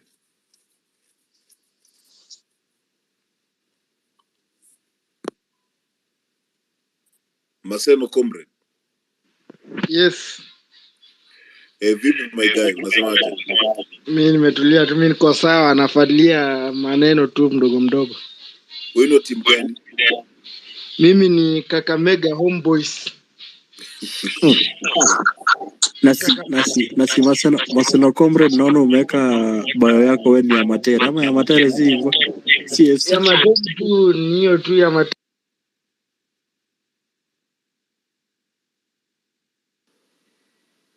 Amedrop ama naishabikianga, lakini nakuanga network bwana. Hatukusikii kijana. Tuko ukuji. Tafuta struggle moja yako. Bro, enda katafuta structure huko chini bro, come back. wa Ombo. Atafute struggle moja, hakuna kupigwa Nashabikia bao Ombo 7 kwa sababu kafu. niko Ero Umekatika hakuna katika wifi, tujasikia bro. hakuna nini net. Anyway, mimi wacha ni pick from what Tross amesema, but I'm going to take it. I'm going to sisitiza, I'm going to insist on what we keep on saying. Na nimekuwa nikisema hapa hata leo. Now for football-KE tusisahau, it's for holding accountability. Na wewe kama fan, me in fact nimependa venye Felo ametokezea leo. I'm sure si ati ametoka Gor. But venye ametokezea na amesema amejitoa Gor, ameenda kwa team hadi Gor ijisort. Bro, sisi kama mafans, that's where we are supposed to be at. Budo usikubali kutumiwa na club yako and it can't be held accountable. Saizi Kiplimo ametuambia venye wamechapa lap na nini na cup yao. Bro, Gor Mahia have won it 20 times, bro. They don't see any value kukutembea na hiyo cup. Unaona Gor Mahia waliacha mafans waingie pitch, walikuwa wamepangiwa kapodium fiti ya kureceive hiyo cup. Sasa waliacha hadi mafans waingie pitch. Juu hata it wasn't making sense anymore. Maseno, mute your mic, we're coming to you. So Kiplimo, nataka kukuwe tu na hiyo agency, hiyo mentality ya accountability as a fan. Bro, sacrifices mnaenda kumake, especially sasa hivi venye mnaingia league, the traveling, klabu kuwaitisha pay bill, hiyo ni kitu lazima mtakuwa nayo. Tear gas, hiyo msisahau. Na lose every game after game for a minute, juu si ati mnaenda kuanza kuwin. Shabana hamjaiva game for shit, bro. Na sijaona kama mmemeka any buys za maana. Kuna mtu mmebuy Kiplimo? No, not yet. I think, though one thing I say about the new signings, we are trying to do more of that. Like by the time to release, we have sent 4 players. 2 mnatokea one day. I think they have done 4, but hawajasema ni nani. They'll do that, I think, in the coming week also. Yeah, because people will be in the next 1 week. Ni Joao Mendes. No. Walikuwa wameanauziwa. Yeah. I think they should have announced it by now, but at least by the 7, so najua tuna sign wengine tu in a few, and including one of them, I think, who is likely to be experienced more than the rest. Yeah. So as I had said, what needs to happen, manze, accountability kama mafans. Bro, bila mafans, unaona venye saizi venye Gor na FC imeshika FKF on their balls. FKF hawezi washow kitu, because Gor and FC have the fans. Gor and FC have the numbers, despite their mediocre management and all that shit. Whenever sponsors come to Kenya for the football, they go for the numbers. Now, it's the same way fans can hold these clubs accountable. The same way you can hold onto their balls, bro. Muzifinye na wasifanye kitu. Kama hiyo idea yenye Tross alikuwa amesema ya kunini ya we register on all the clubs, especially the clubs that matter. Bro, ikifika time ya kuvote, mtu hapo tunaenda sisi wote hapo kwenda kuvote. Because at the end of the day, we all want quality football. Mr. kwenda kucheza na Shabana, tunafika huko Buda walikosa kukuja juu hawakuwa na fair. Or Shabana wamefika bana, sasa hizo sisi tumechangamka tumefika, alafu Gor juu hawana basi, watu wamebaki mali wamebaki, pay bill haijacheza venye inacheza. Unaona? So as in, we all want to be involved in this shit. We all want to go there. Mimi nataka nikichapa mtu banta nisimuone huruma ati ile yenyewe. Klabu yenu tulicheza chini zi. Kulo banta uko kama yatima. Kaa uko solo, so that you can know the value of you as a fan. Hiyo kitu inakuwa chungu sana. But yeah, positivity ni manze, guys bana, football.ke is growing at a very alarming rate. Thanks to manze ma subscribers hapo tushafika pale 1,000 tulisha kina model wetu hapa hivi, the only model of Tusker I know, the only male fan I know of Tusker. Alisema kuna pale alisema hata lala paka wafike tao. So yeah manze, it's growing. So tunataka tuendelee tuna hiyo motisha. Bro, you'll be surprised what your voice can do, man. You'll be surprised. Unasemaje God? Mangalia story ya secondary school games. How bad? Nilianza nazo kama nikilost mimi but tunaweza ziguzia in details. Naona hata Maseno amerudi. I think he sorted his mic atuambia about hiyo Kakamega Homeboys. I think kama okay, sawa tunaongea kwanza. Maseno. Yes. So mimi nitaongelea issue ya secondary games. Hii nimekuwa nikifuatilia Western Region. Na nadhani competition kama ka Western Region imekuwa juu sana. So hii issue ya national games nilikuwa naonelea hii KCSA ingekuwa inapea kama zile regions ziko na competition kama Western, Nyanza na pengine maybe Rift Valley. Maseno. Yeah. Hebu angalia Kakamega Homeboys, achana games za high school kwanza. Kakamega Homeboys. So nimeona hii draw ya CAF Confederation Cup imetoka na sijui sasa ni home games zetu tutakuwa tunachezea wapi, since hizi stadium Kenya ziko na FIFA, hizi cup ni accredited. Hiyo ndo issue nini Toto sijui atatuambia aje. Sijui juzi alikuwa na make joke ati Ababu afanya haraka ati Buhungu ikuwe na host.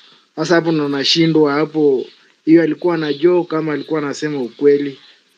So pia Homeboys kuna hapo ma signings nimeona Toto anafuatilia anapiga.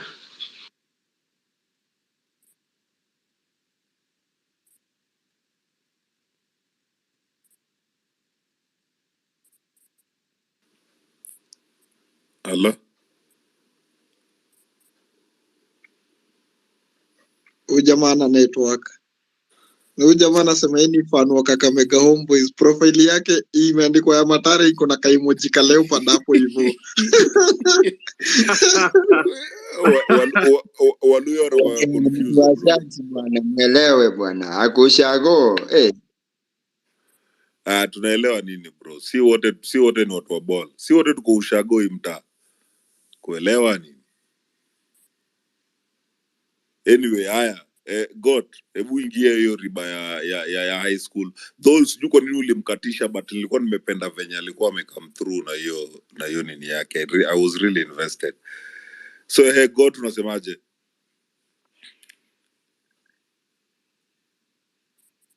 Mr. Logic. Nani? Dizo unanisikia? Nakusikia mjamaa. Ni form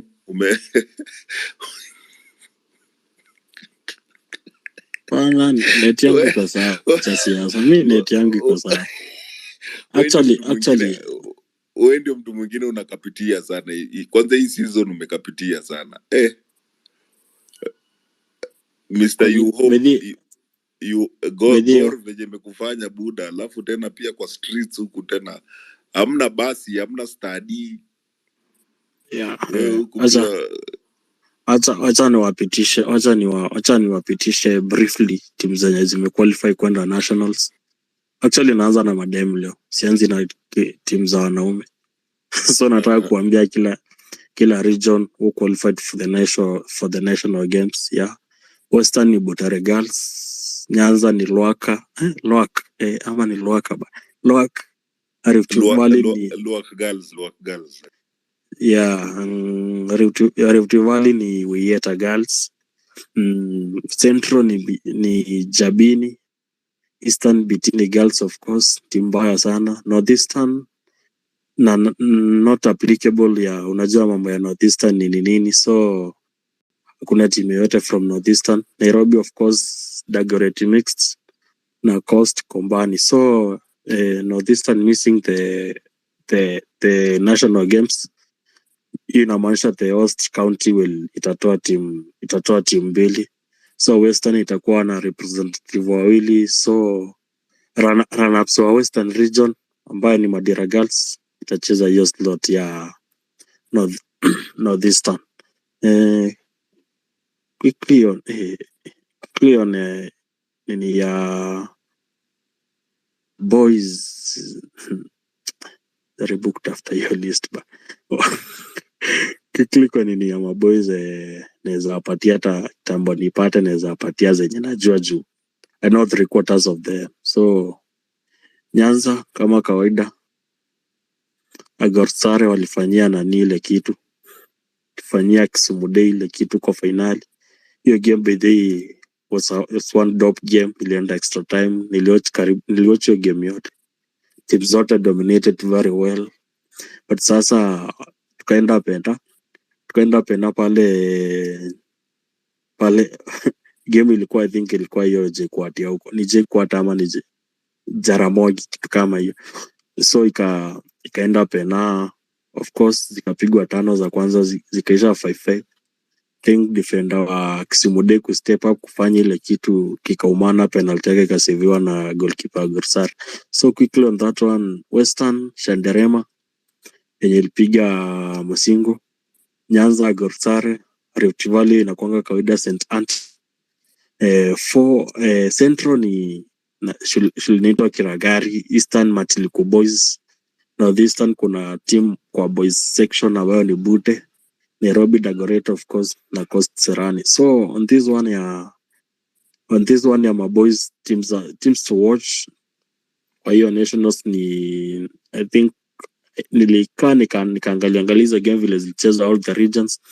Teams to watch kwa hiyo ni Shanderema ya Western, Agorsare ya Nyanza na Rift Valley hiyo St. Anthony. Alafu Eastern this time they have a team to watch, Matiliku Boys. Of course mnajua Kimanzi, the former Harambee Stars coach ndo ana train wale vijana Matiliku. So that one itakuwa ni team strong. Nilisikia huko Eastern ilikuwa inapiga team kuwa Ilima Machakos Boys hapo kwao ndo walikuwa wamehost regional za Eastern, waliwapiga vibaya sana, vijana wako form. Yeah, I think that's all about hizo games games za secondary. Nationals zitahostiwa Kakamega of course kutoka date 6 August. And of course our very very own FootballKE itakuwa live on ground, tutacover several matches za hizo nationals. Thank you. Na muendelee kufollow page FootballKE, muendelee kufollow niliweka nini hapo juu, muendelee kufollow page zetu Twitter, Instagram, TikTok, YouTube of course. Yeah. Anzia alafu kila msee ana engage hashtag FootballKE. Shukran sana, mnapiga job fiti sana. Sasa hii mshakuwa voice, mtu asijaribu kuambia kitu. Hata mtu wako anatumia hashtag ya FootballKE akidhani yeye ni ule msaidizi state. Sasa hii anaitumia manze. Congrats na tuendelee hivyo bana. Hizo over to you. Tafadhali kuna watu usiseme wako na voice. Mtu wa Kakamega Homeboys dhani kama bado kuna voice sahi. We Dizo man. Dizo weka respect bana. Leo tumekuwa kwa orodha. Na bidii quick one. Ningetaka sana kusikia Mora akiongea. Our very own analyst wa Shaban. Ningetaka sana kusikia akiongea hapa juu story ya Shaban. Nimemtumia mic several times hajashika. Mora, please pick up the mic. Morani wa Shabana. Oh, bedhe Morani yeah. Kisi. Bana. 001 Shabana bana. Sasa ona mademu warembo kama mnataka kuwa na alsas. Ona. Mora just I hope kuna team nyingine hivi ya maana. Team kama hivi Ulinzi kama Sharks. Vitu zitakupatia stress, hazina expectations mingi. Hizo unajua hizo zinaga umeona Ulinzi ama Sharks ikipigania cup. bro, sisi we just want to represent, bro. We just want to represent. Hatuna pressure mingi huko, tunaenda huko juu na tunajua hiyo kapa tutalipwa. Tujipate kwa draw ya CAF huko na club yetu iko haina license. Bra, we maintain within our lane. Anyway, I was to talk about your part the high schools. So venye tu got amesema kuna games zenye tutakuwa tuna show mpaka I wish atange kuja hapa juu atueleze vizuri. But hiyo ni another angle manzema jamaa kama watu wa ball. Hiyo ni side nyingine yenye tunaweza build up nayo fiti sana, because huko kuna structures, as I had said when I started the show, huko kuna structures that are already there and they are working. Hizi ni structures za shule. Bro, shule tayari hadi kuna sponsors. By the time wanaenda huko kuna hadi budget. Ready funds. Kuanzia alumni, watu wanacheza, watu wanasomea hiyo shule na watu wenye the community around that school. Hii ni already, we need to, kama design venye Tross alikuwa ameleta hiyo nini historia ya Mvita. How those people have embraced the community. That's what these schools are doing. Na ziko na grao. I mean, it might seem like a small thing, but uko, we need to go back to basics, tuangalie where it's working. Bro, in high school, it's working. The fan base, it's working. It's just monetizing it, to learn how to monetize that shit. I can assure you, kwa hizi games zenye zisha happen saizi za high school, kuna matimu hata hazina scouts wametuma huko. With the nani dizo. Wish management ya Gor ingekuwa kama management ya Vita Youngsters. Do you know that Balala mwenyewe ndo alitumia FootballKE poster ya kwamba wako na game yani. He really pushed hard for it. Akatuambia at least walai, akasema at least we post that kupatia vijana wake morale yani. Balala mwenyewe is the one who sent the post to FootballKE. Now see something like that, Buddha. Ni juu pia unajua una feel your expectation from the fan base, manze. Utaki kuleta hao mafans down. Na the more kuna mafans, the more kuna hiyo attention, then players wako sasa ndio wako na hiyo motisha sasa. Wanapata juu pia hao sasa wako like, hey, there's no mafans wanakuja kutu watch. Yeah, I even the guy even told us Vita Youngsters iko na fans wengi kuliko Bandari, na double fans wa Bandari. Just imagine. But the game ni when? Tomorrow. Game iko kesho saa 9 Baraki. Hiyo lazima tuchoche. Hiyo unajua, alafu unajua wakosagi content pale social media. Mchapie pia bana wakutupie za grao pale za kuchocha. Hizo ndo team tunafaa kuwa tunachocha. Bro, we have to understand the structure of monetization. Structure of running a team apparently tuko nayo. We have mediocre teams we've been running. Shida ni sasa monetizing that shit. Hatujui kumonetize. Kila time tu tunalilia bila sponsor, tunataka kulia hapa. Gor saizi inafaa kuwa inajihandle bila sponsor. In fact, sponsors wanafaa kuwa wana beg Gor. Si Gor kutafutana na sponsor. AFC the same, considering their time wamekuwa. Dizo. There's this thing nilijiuliza, and I said tuko na space leo nitauliza hapa. Do you find that the more mnapanda juu, like the hierarchy, vile unasonga kwenda juu, the higher level, ndio unapata mismanagement inakuwa mingi kuliko yenye huko chini?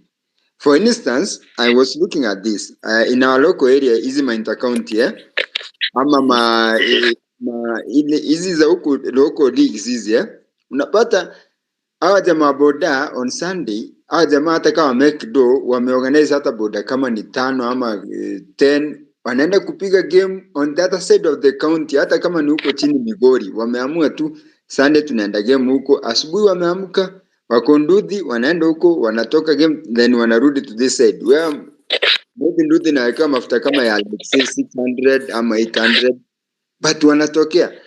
But the more like unasonga kuja juu, unaanza kupata issues zinakuwa watu wanakosa kwenda game, do imepotea, sijui mwenye alikuwa na correct do hawezi account vile ilitumika last time.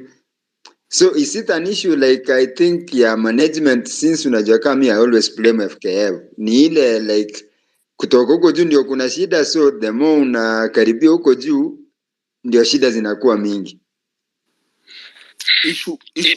Issue ni transparency.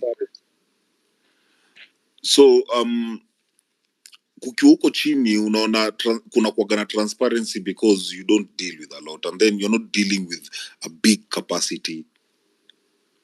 Unaona kama sasa let's take high school games. Mshaambiwa budget ni hii. You people already know how it's being used. Unaona, so and then it's mandatory, ni kitu lazima happen. Ni part of the curriculum. As in kuna system yenye ina hold accountable. So there's transparency in that. But the more unaenda huku juu, sasa it's you're supposed to be to run your club on your own. So ikifika hapo unapata transparency ina reduce, do inaingia au semi the real money imeingia. Unaona, so I feel hapo ndio the biggest issue inakuja. Hapo tu kwa change of transparency. That's what happens with the big teams. Because unaona the more team inakuwa kubwa, the less questions wanataka. Kiangalia mtu kama Nick before ingie FKF ka president, huyo jamaa alikuwa mtu wa ground tu like no other.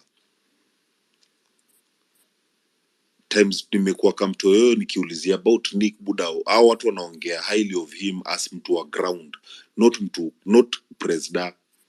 Wanasema yule Nick mwenye alikuwa hapa kwa ground, yule Nick mwenye alianzisha Sharks, wanamuongelea highly sana venye ni mjamaa alikuwa smart, ni mjamaa alikuwa anajua ndio anaenda kuchange ball, ndio alikuwa anaenda kucombine watu wa ground na watu wa corporate. But the moment Nick alifika huko, maswali zika reduce. Sasa hizi ulizwa ni yule mwenye anaweza kuja kuambia by the way you people don't understand, nyinyi hamuelewi vitu zinaendelea huko. Mtu akishaanza kukuambia hivyo, jua bro hapo ni kuokotwa unaokotwa. Juu sasa yeye ashajiweka kama superior. So bullshit ka hizo ndio hatutaki bro. Nikikuuliza swali jibu, kama huwezi jibu toka huko. Ama kama una run solo, usitu involve. But now that we are involved, mtashinda mkilia hapa mafans wakuje kwa grao, mafans wakuje kwa grao, tunakuja kwa grao then tukibaitiko inaenda to a particular number. Haiendi kwa namba ya klabu. Mafans mkuje kwa grao, mafans mkuje kwa grao, na nyinyi kama FKF you're not even competent. Mimi kama kuna kitu inaweza niuma full time na yani nashindaga ikiniuma especially in FKF ni venye wali turn down pay-per-view ya AFC. That was the most stupidest thing you can ever do in this day and era. In a league that first of all there are no sponsors, second of all there are no revenues. Now here is a team creating avenues for revenues where you know it makes sense just because you're not the person doing it. Makoma nazao watu bana hiyo na mainly hiyo nilichukua personal. So hapo kwa transparency ndio na feel ni issue. So unapata it's too deep to start asking for transparency right now. Because by the time wakiamua kuwa transparent, then it will affect more than the people we think it's affecting. It will affect a lot of people. So huko tuache bro. Saizi the positive we need to go with ni football KE. Bro, we make so much noise to a point that accountability ni by default. Sisi mmetuambia ligi inaanza hii siku, isipoanza hiyo siku mtajua kelele ni nini. Na si ati ni nyinyi tunawapigia directly. Buda tunawapasha left right and center. Hakuna mali Ushaimekiwa yani ile you can't even get out. Sasa hii ndio hivyo. Pale online hakuna mali unaweza kanyaga because ni nani utadanganya? Ni kama sasa hizi Gor, ni nani watadanganya? Mumeblock mafans ka wote. Wale mafans wenye wakubonga wale mumewa block. So sasa hizi ni nani mnaenda kudanganya? You're going to lose fans. And then the worst part ni the moment fan ameanza ku lose trust, then anaacha kuinvest. Because fan ataka hivi ako like, hey, mimi siwaamini, mbona nikuje kwa ground? Mimi siwaamini, mbona ni buy hiyo jersey? Mimi siwaamini, mbona ni watch hiyo game? Unaona? So even when you anza, before you know it bro, once fan ameacha kuinvest, then you've lost the most integral part of a fan. Na uzuru wa fan wa ball bro, si tunaweza switch real quick. Mimi ndo kitu nilikuja nikarealize. Me never ever thought I'll ever stop supporting Gor Mahia, hiyo ni one. I never ever thought I'll stop supporting Gor Mahia. Bro, nilikuwa najua hiyo ni my team for life. But sijadedi. Nimeacha kusupport hiyo team na sijadedi. Till it sorts its shit out. Buda ni do zangu nafaa kutumia jazi 3K.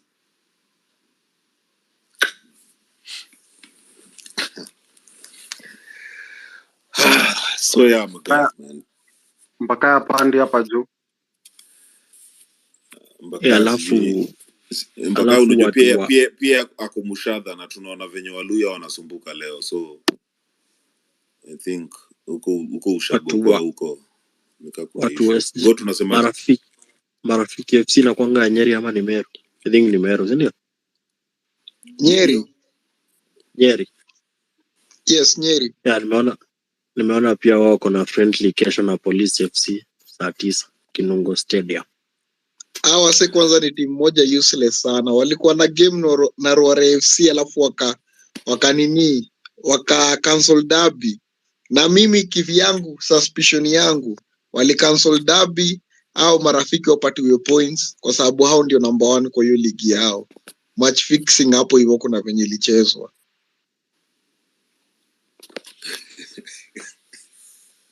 Would you blame them, bro?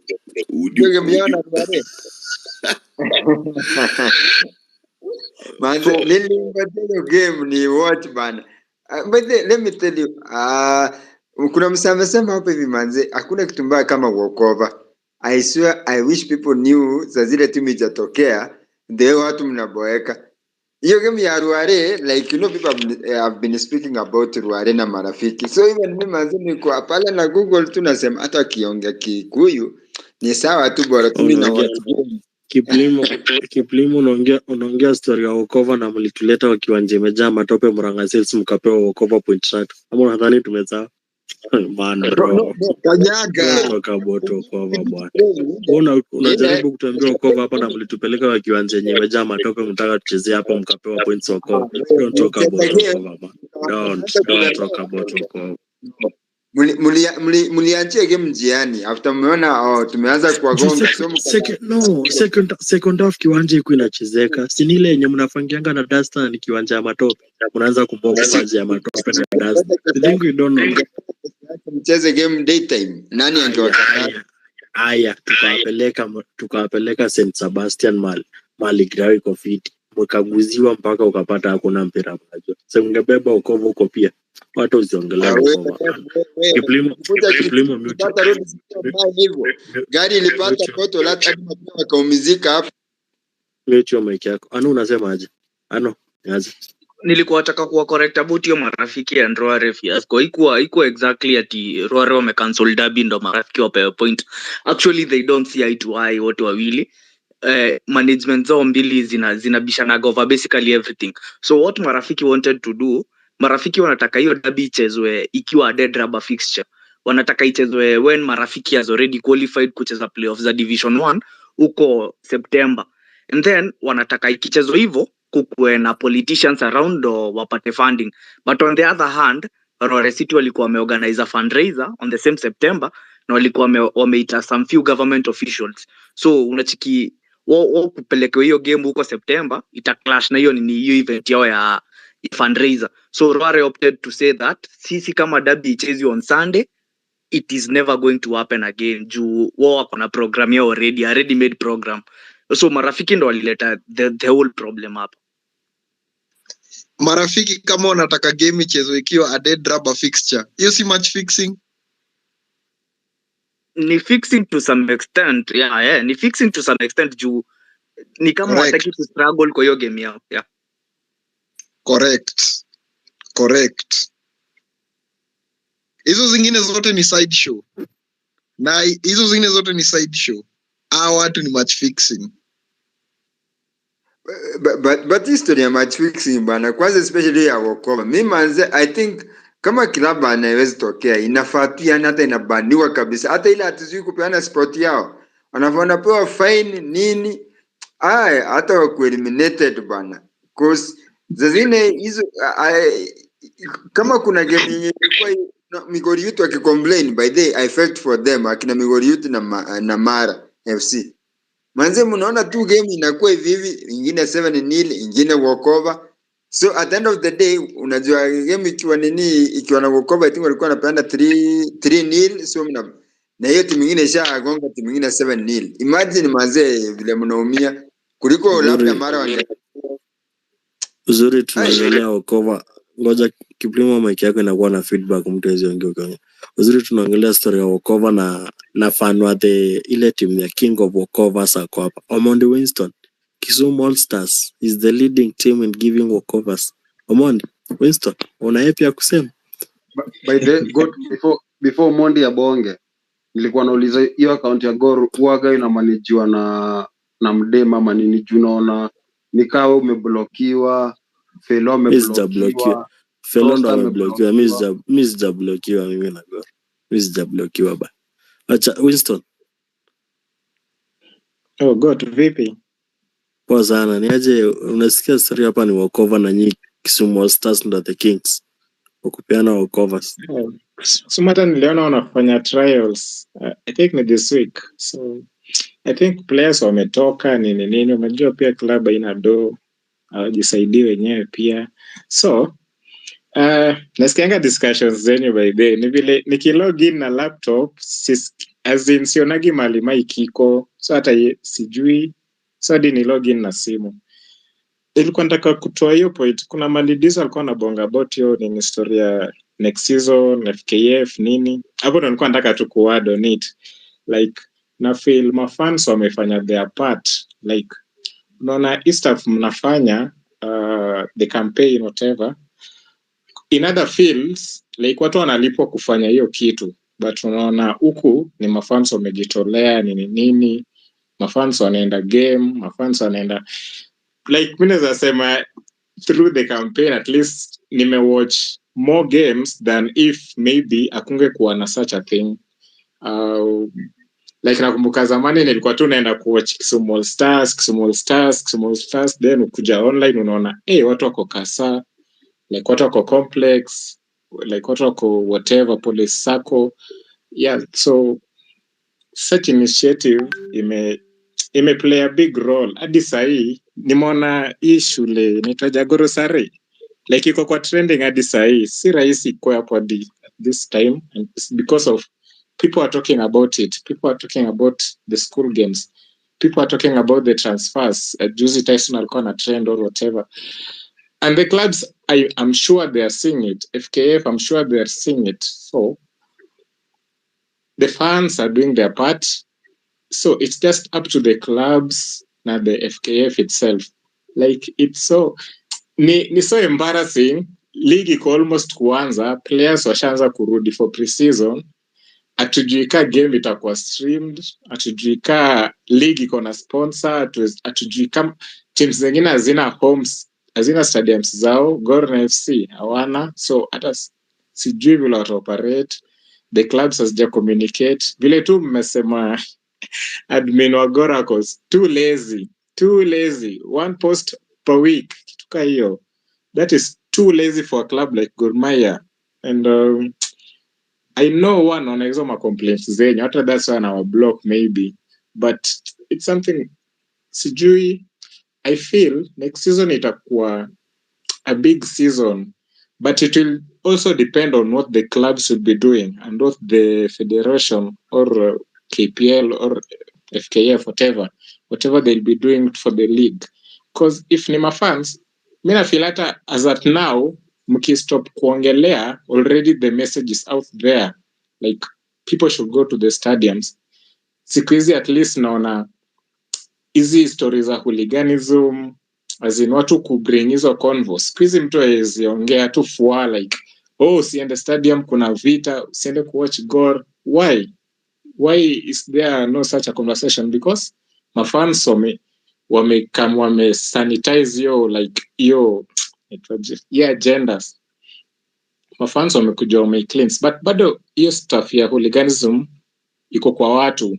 The clubs are not doing anything ku ensure hiyo narrative imechange. Unaona, ni mafans ndio wanafanya hiyo kitu. So next season if it really project itakuwa a very big season, a make it or break it season for FKF or Premier League. But shida ya stadiums imekuja tena ni kama tena tunarudi nyuma. I don't know. Sa hakuna game Kasarani, hakuna game Nyayo. Nilikuwa naambiwa sijui games zitaenda hiyo stadium iko Thika, Kiringiti or whatever. Sijui inaitwaje. Kiambu Kirigiti. Kiambu that one. Hiyo pa iko mbali kama Murang'a. Hiyo iko karibu. Hiyo ina shida. Hiyo hata iko kwa barabara. Inga hata matatu zinafikanga huko. Yeah. Okay, that's way better. So sijui ni timu gani ita adopt juu Gor na FC ndo naona hazina home nini whatever. So Dandora Stadium pia imecome up. Sijui timu gani ita adopt your stadium. City Stadium uko bado Afra bado kinakaa kikao shed kingine, sijui kinakaaje. Gusi Ombabe. Sana nataenda Ombabe unless Shabana wachukue hiyo. See, I think iko closer to Kisii than any other team. Shabana they opted for Timama, Narok, Awendo na nini na Kericho. Nashanga mbona wataki kuja Kisumu. By the Kisumu ni mbaya, but I think Narok na Kericho very easy to go na mafans for those two towns, so people will enjoy everything. Simkuja Kisumu bana, tuko na stadiums 2 na hatuna teams za KPL. Yeah, I think in reception day na kunajua watu kama mnajua mnaenda mahali iko rowdy, people will enjoy the game. I think Kisumu Stars ilikuwa so rowdy and people didn't like it. But nililo mlileta vita hiyo game by the way. So I think watu wako ready, but you never know, because I know hata sasa watu wakiambiwa ende Kakamega, people can opt for Kakamega more than Kisumu, because Kakamega Bugungu ilikuwa fine.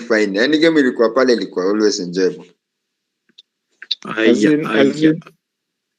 As in, okay, my point was that in FKF next season FKF wafanye their part, the clubs zichangamke, watu show players wao, watu show trainings zao, whatever, kila kitu.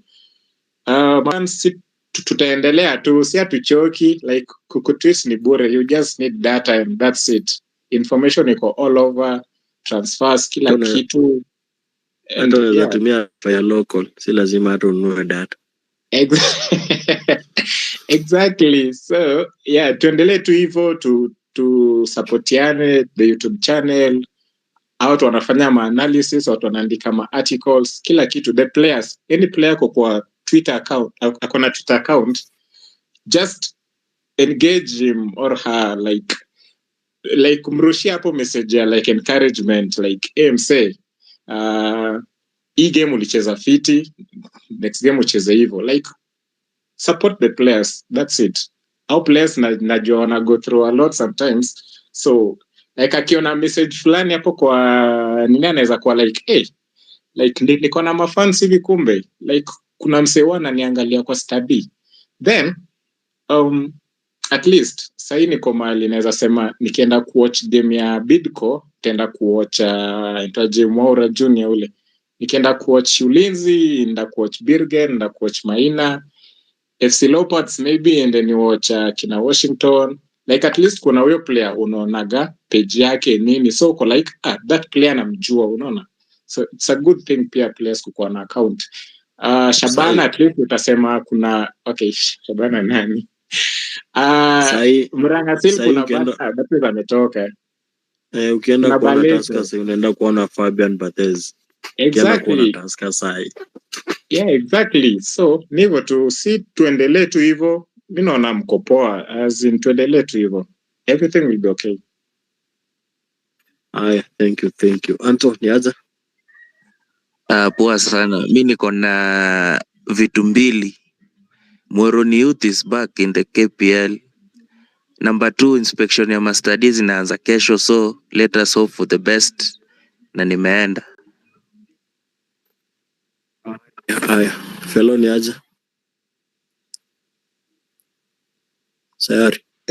Nataka kuambia Omondi Winston ati akienda game ya Shabana hajui anaenda kuona nani, because kwanza hawa watu wananga majina. Hiyo usitegemee mtu yote mwenye unaenda kuona, hawananga majina.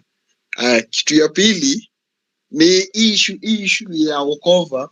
Nilikuwa nimeenda over the weekend, nilikuwa nimeenda kuona game ya mtaa ya Dandora Youth na Liberty Academy, ni Div 2, wanacheza Div 2. Now what happened, Dandora Youth ilipatiwa Wokova, okay, ili deductiwa 6 points na wakatolewa 4 goals, I think 4 or 3 goals if I'm not wrong. So what happens, Kariobangi Sharks Youth walikuwa na game same venue na Dandora Youth at the same time. Kariobangi Sharks Youth inakochiwa na Muluya. Now hao waliforce their way kwa kiwanja, wakaanza game na hiyo Kariobangi Sharks Youth wanacheza Div 2, Dandora Youth inacheza Div 1. Juu ya coach wao na jina, wakaforce their way kwa kiwanja, wakaanza game. Vile game ikiwa inaendelea, half time kufika, wakataka kuingia ground waanze game half time, Dandora Youth wakakataa, au wengine au nini, the management ya hiyo Maisa ikakataa. Now second half kuanza, Liberty wakatoka, wakaenda wakachange, wakatoka hadi watu walikuwa wamejaribu kuwafungia game ya Kariobangi Sharks Youth ishe, ndio hao waweze kucheza after hiyo game imeisha, but sasa ingekuwa na giza.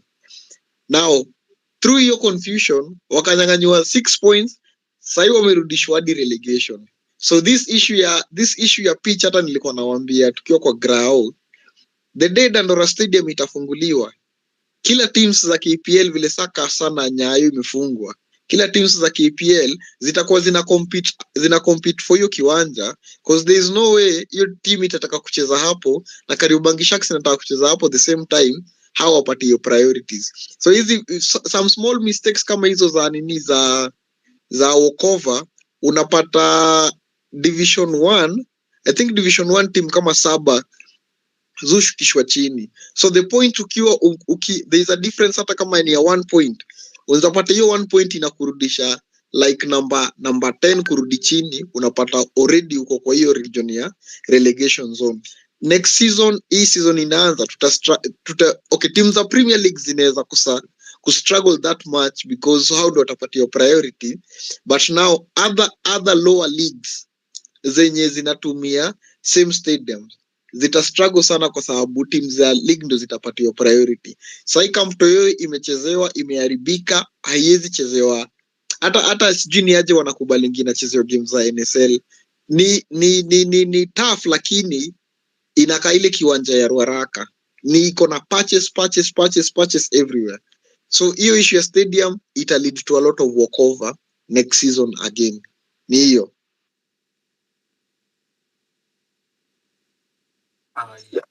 Aya. I think kwa sasa tuna wind up. Nani hata anasikia kutoa final remarks?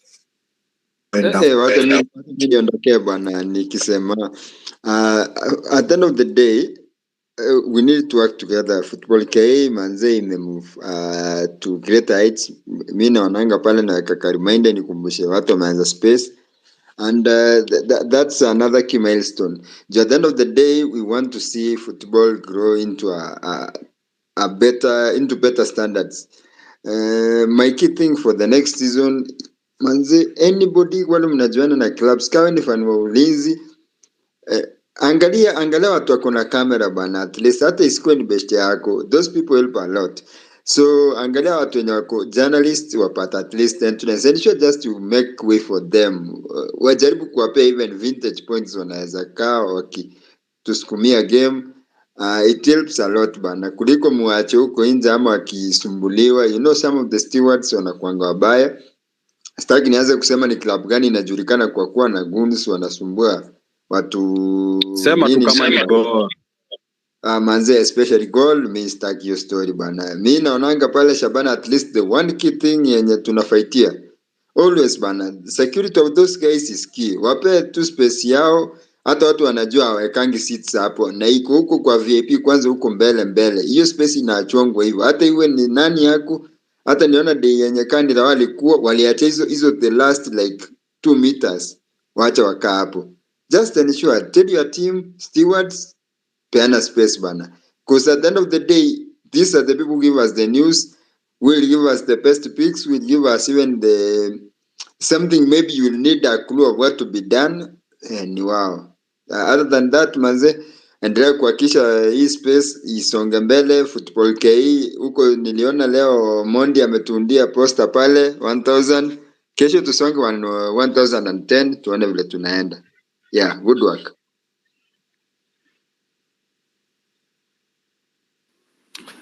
Sawa guys, basi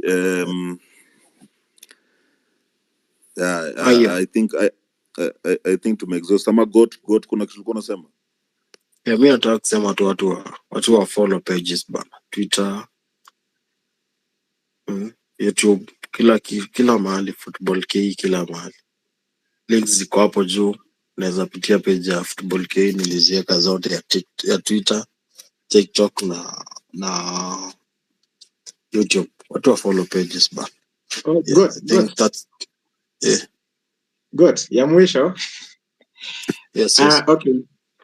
Okay, nilikuwa nataka pia tu kuadd, like if anyone pia kuna tu ka project ka football hivi ya Kenya nini, akwe tu free kushare kwa hiyo group or whatever, ama to tag ama DMs, like mtu akwe tu free. I think like kuna all sort of people kwa hiyo group yetu, so like kani ku help, najua watu wanaweza come through sana. Alafu ile game yenye watu walikuwa wamepanga, so ligi like players washa resume, so I think itakuwa ngumu ku get au KPL players, so tunaweza organize hiyo list. Ilikuwa na watu wengi, it can be the fans against the fans pia, sijui but mta decide tu.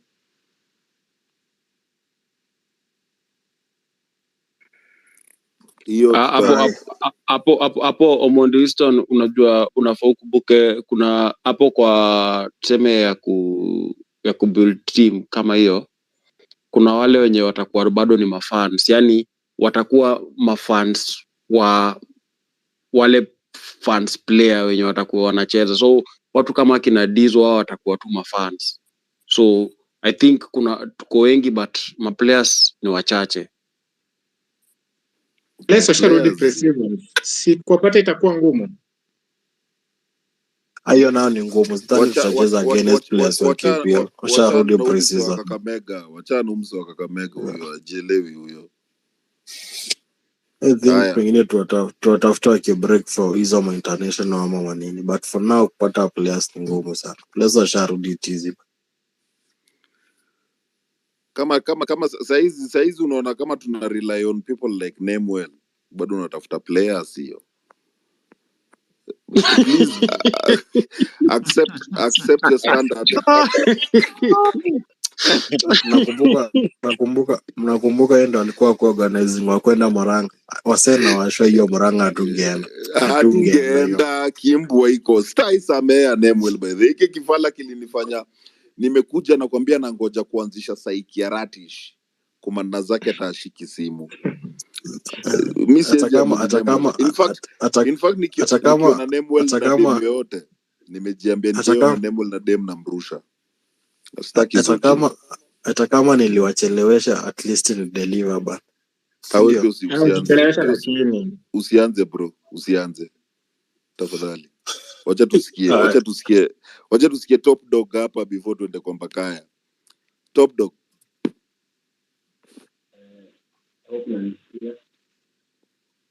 karibia mic bana, ama utoe simu nyuma ba, karibia mic.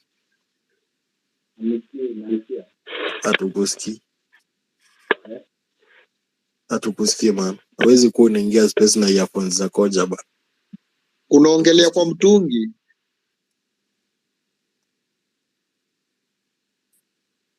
Haya, acha tusikiana before tuende kwa Mbakaya. Ana ulikuwa unasemaje?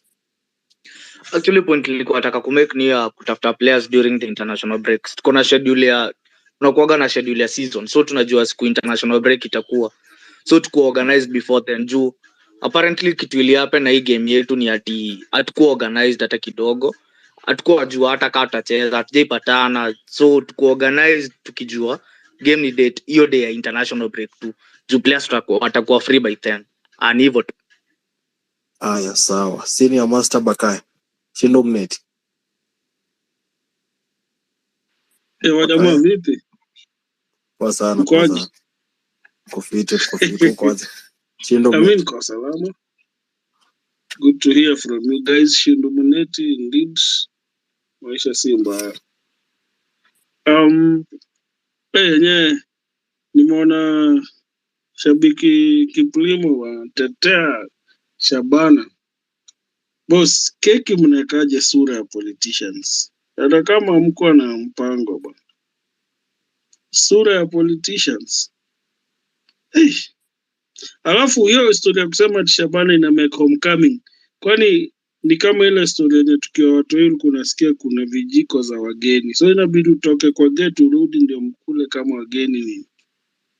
Timu inatoka kwa nyumba inaenda out ati ndio irudi homecoming. Na mlisha celebrate. Hiyo ni upuzi sana. In my opinion, I think hizo ni stunts. As much as wasa nataka kumilk. Mnge launch tu sponsorship directly. You don't need all those hype zenye hazisaidii na razzmatazz juu. Mna confuse players. By now you should know which players are staying. Saizi mnafaa kuwa medalist players because I can assure Sharks that hata Leopards isiposign na Shabana isiposign na mualete hiyo timu yenu, chances za ziko utapata. Because of that experience, you'll struggle. Ask police.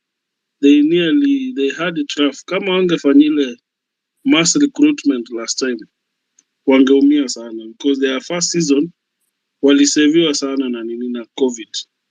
Na hii ya pili wangeswago waende kabisa. So those are harsh realities.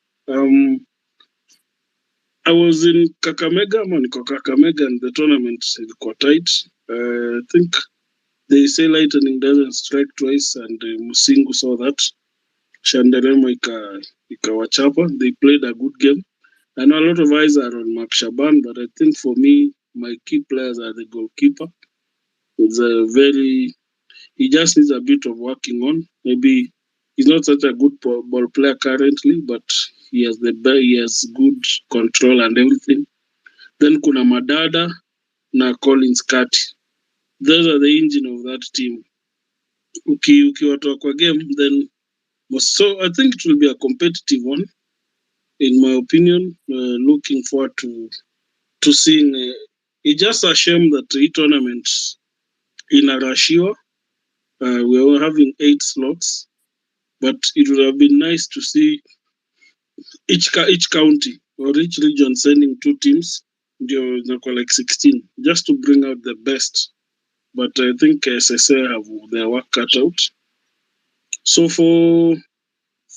we took the opportunity to just bring something quality than what was being done on the day on a shoestring budget, with a very, very minimal resources and support. But if there is expectation of doing the same for the next, we need to again now Tabii tujitume kiasi so that we get some quality work and ensure the page grows and our platforms. But thanks to you guys, the country was able to tune in. We had a big reach of people who watched this content. I think it showed that the football on the grassroots is what matters. Kukuja pale kwa Leopards, I knew of the appointment of the new coach some few days ago. I think partly last week or something. So it was just I didn't want to maybe mention it last week, but I think for me, Fred brings fresh air. I don't know about the other coaches. I think it's a case of maybe being hung. But if there was need to refresh after Awesome that left, then they would just need to overhaul the place. But I think there's always somebody who want another person to be blamed. All said and done, I wish Tom Juma the best, and I hope that he now takes full control and reconstitutes a technical bench that can suit his working needs. But if it will be about safe play, then it will catch up with him and he'll be the victim in no time. Because in an environment like that one, where there's a lot of heat going on now, both from the fan base, membership, and now management, after the fallout and handling of these awesome issues. So it will be tight. For TJ, it will even be tighter if he can't sign players and he has to work with the same team. Motivating them will be a big deal. We don't know which is the main team for Leopards. We don't know who has signed. We don't know who has not signed. I think it's all hanging in the air, and it's a very unfortunate case as things stand. So, Mimi, I'm a fan. Of course, I'm disappointed with what is happening. Very, very disappointed. And from speaking from a level of honesty, I would wish that the club does better. Seeing what is happening makes me sick because we thought we had left those levels, but we've dug ourselves into a hole because people don't probably listen to others, or there's a lot of casualness somewhere. And if you have a 20 million bounty on your head, yet zile siku zenye watu walikuwa wanaitisha pesa kidogo, just give us 10,000 kwenda kufanya kitu fulani. Maybe the lawyer might have asked for fair kidogo, but nobody might have followed it up, and here we are. It's sad, and I honestly don't know what to expect at the club. I'll just a wait and see approach because our hands are tied at the moment as fans. But members, I think, are supposed to petition an SGM. They had planned an event, but I think one of the event has been suspended because of this kind of environment. They feel there's nothing to celebrate. So members are seeing if they can redirect the energies back to ensuring that things are right first before they celebrate. Otherwise, for me, homeboys, if they believe in themselves and work as a team, because I think they have a good coach. He qualified for CAF last time, but was kicked out because of the team he was coaching. I think had issues with CAF. They were not allowed. But since I'm qualified by merit, it's time to prove something, and I'm looking forward to seeing him put together a squad, because the signings that Homeboys is doing chini ya maji, which most guys are not paying attention to, and I think those will be the signings that will make an impact.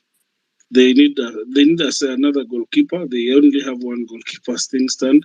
That young boy is too young to be trusted. He still has time to develop. They need some strengthening up front.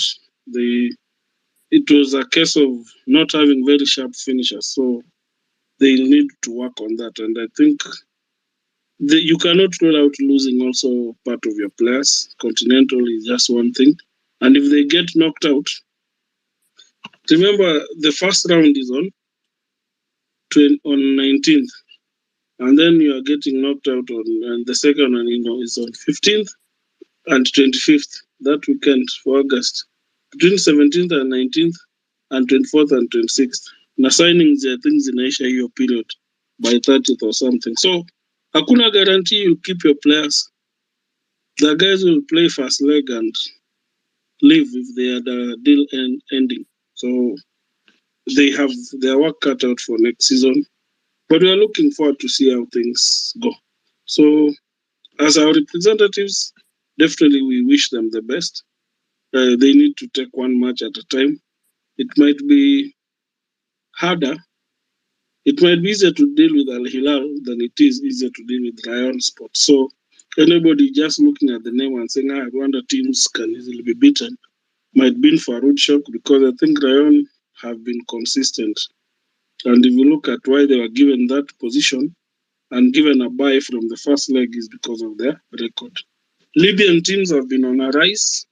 You cannot even imagine that a few years ago, Libya had no football for some time. But here we are. They are doing very well. So looking forward to that. I think we all need to support them. And Gor Mahia, I think, will be disappointed not to be in this phase, because I know they would have been given a bye from the first round because of their initial participation. So Sina Mengi, I don't know which kit FC Leopards will use next season. Everything is in disarray. But as we say, we focus on ourselves and see what we can do on our part. Lavo, this is all back to you. Shindu Muneti. Bakaya. Yes. Poa sana. Bakaya jo, nashukuru vile ulicheza pale Western Games za machuo manze. Tulikuwa tunazipata fiti ya kukuwa na issue kabisa. Karibu. Alafu kuna issue ingine, hizi zingine tushasema, lakini kuna issue ingine hii, unajua tumekuweka kama coach. Mpango ni gani? Mpango ni team manager anafaa to organize. I think there is a tentative date for our first event. So tunangoja team manager tupatie mwelekeo. But if Neymar atakuwa kwa goal, then nadhani tu mnaweza kuja tu kujibamba, because vitu zenye unaona akifanya kwa pre-season ya tournament, yani ni digaya tu reloaded, yani jamani, trouble left, right, center. So mkuja tu kama mmelumeka hopes chini kiasi. But anyway, let's wait for a plan, and I think we should have that match. But we are assessing Neymar's unfitness and seeing if he deserves that position. Okay. Sawa. Shukran. Poa. Guys. I think that's all for tonight. Yeah. Until next Thursday, man. Manze, thank you so much for tuning, for coming. But on Thursday, man. Dizo. Yeah, wazima guys, mzee. Heri hivyo nimetoka na mtu wa Banta leo. Mimi sasa henceforth Shabana and Kakamega Homeboys nyia mna bahati. I want to invest. Yeah, quick one before Dizo angushe. Msisahau kufollow page ba. Your page most space kama uko hapo hujafollow. Tafadhali do the let's hata leo tulale 200. Thank you. Na pia kwa wale wenye wameingia late, you can find the space hapo hivyo kwa our YouTube channel.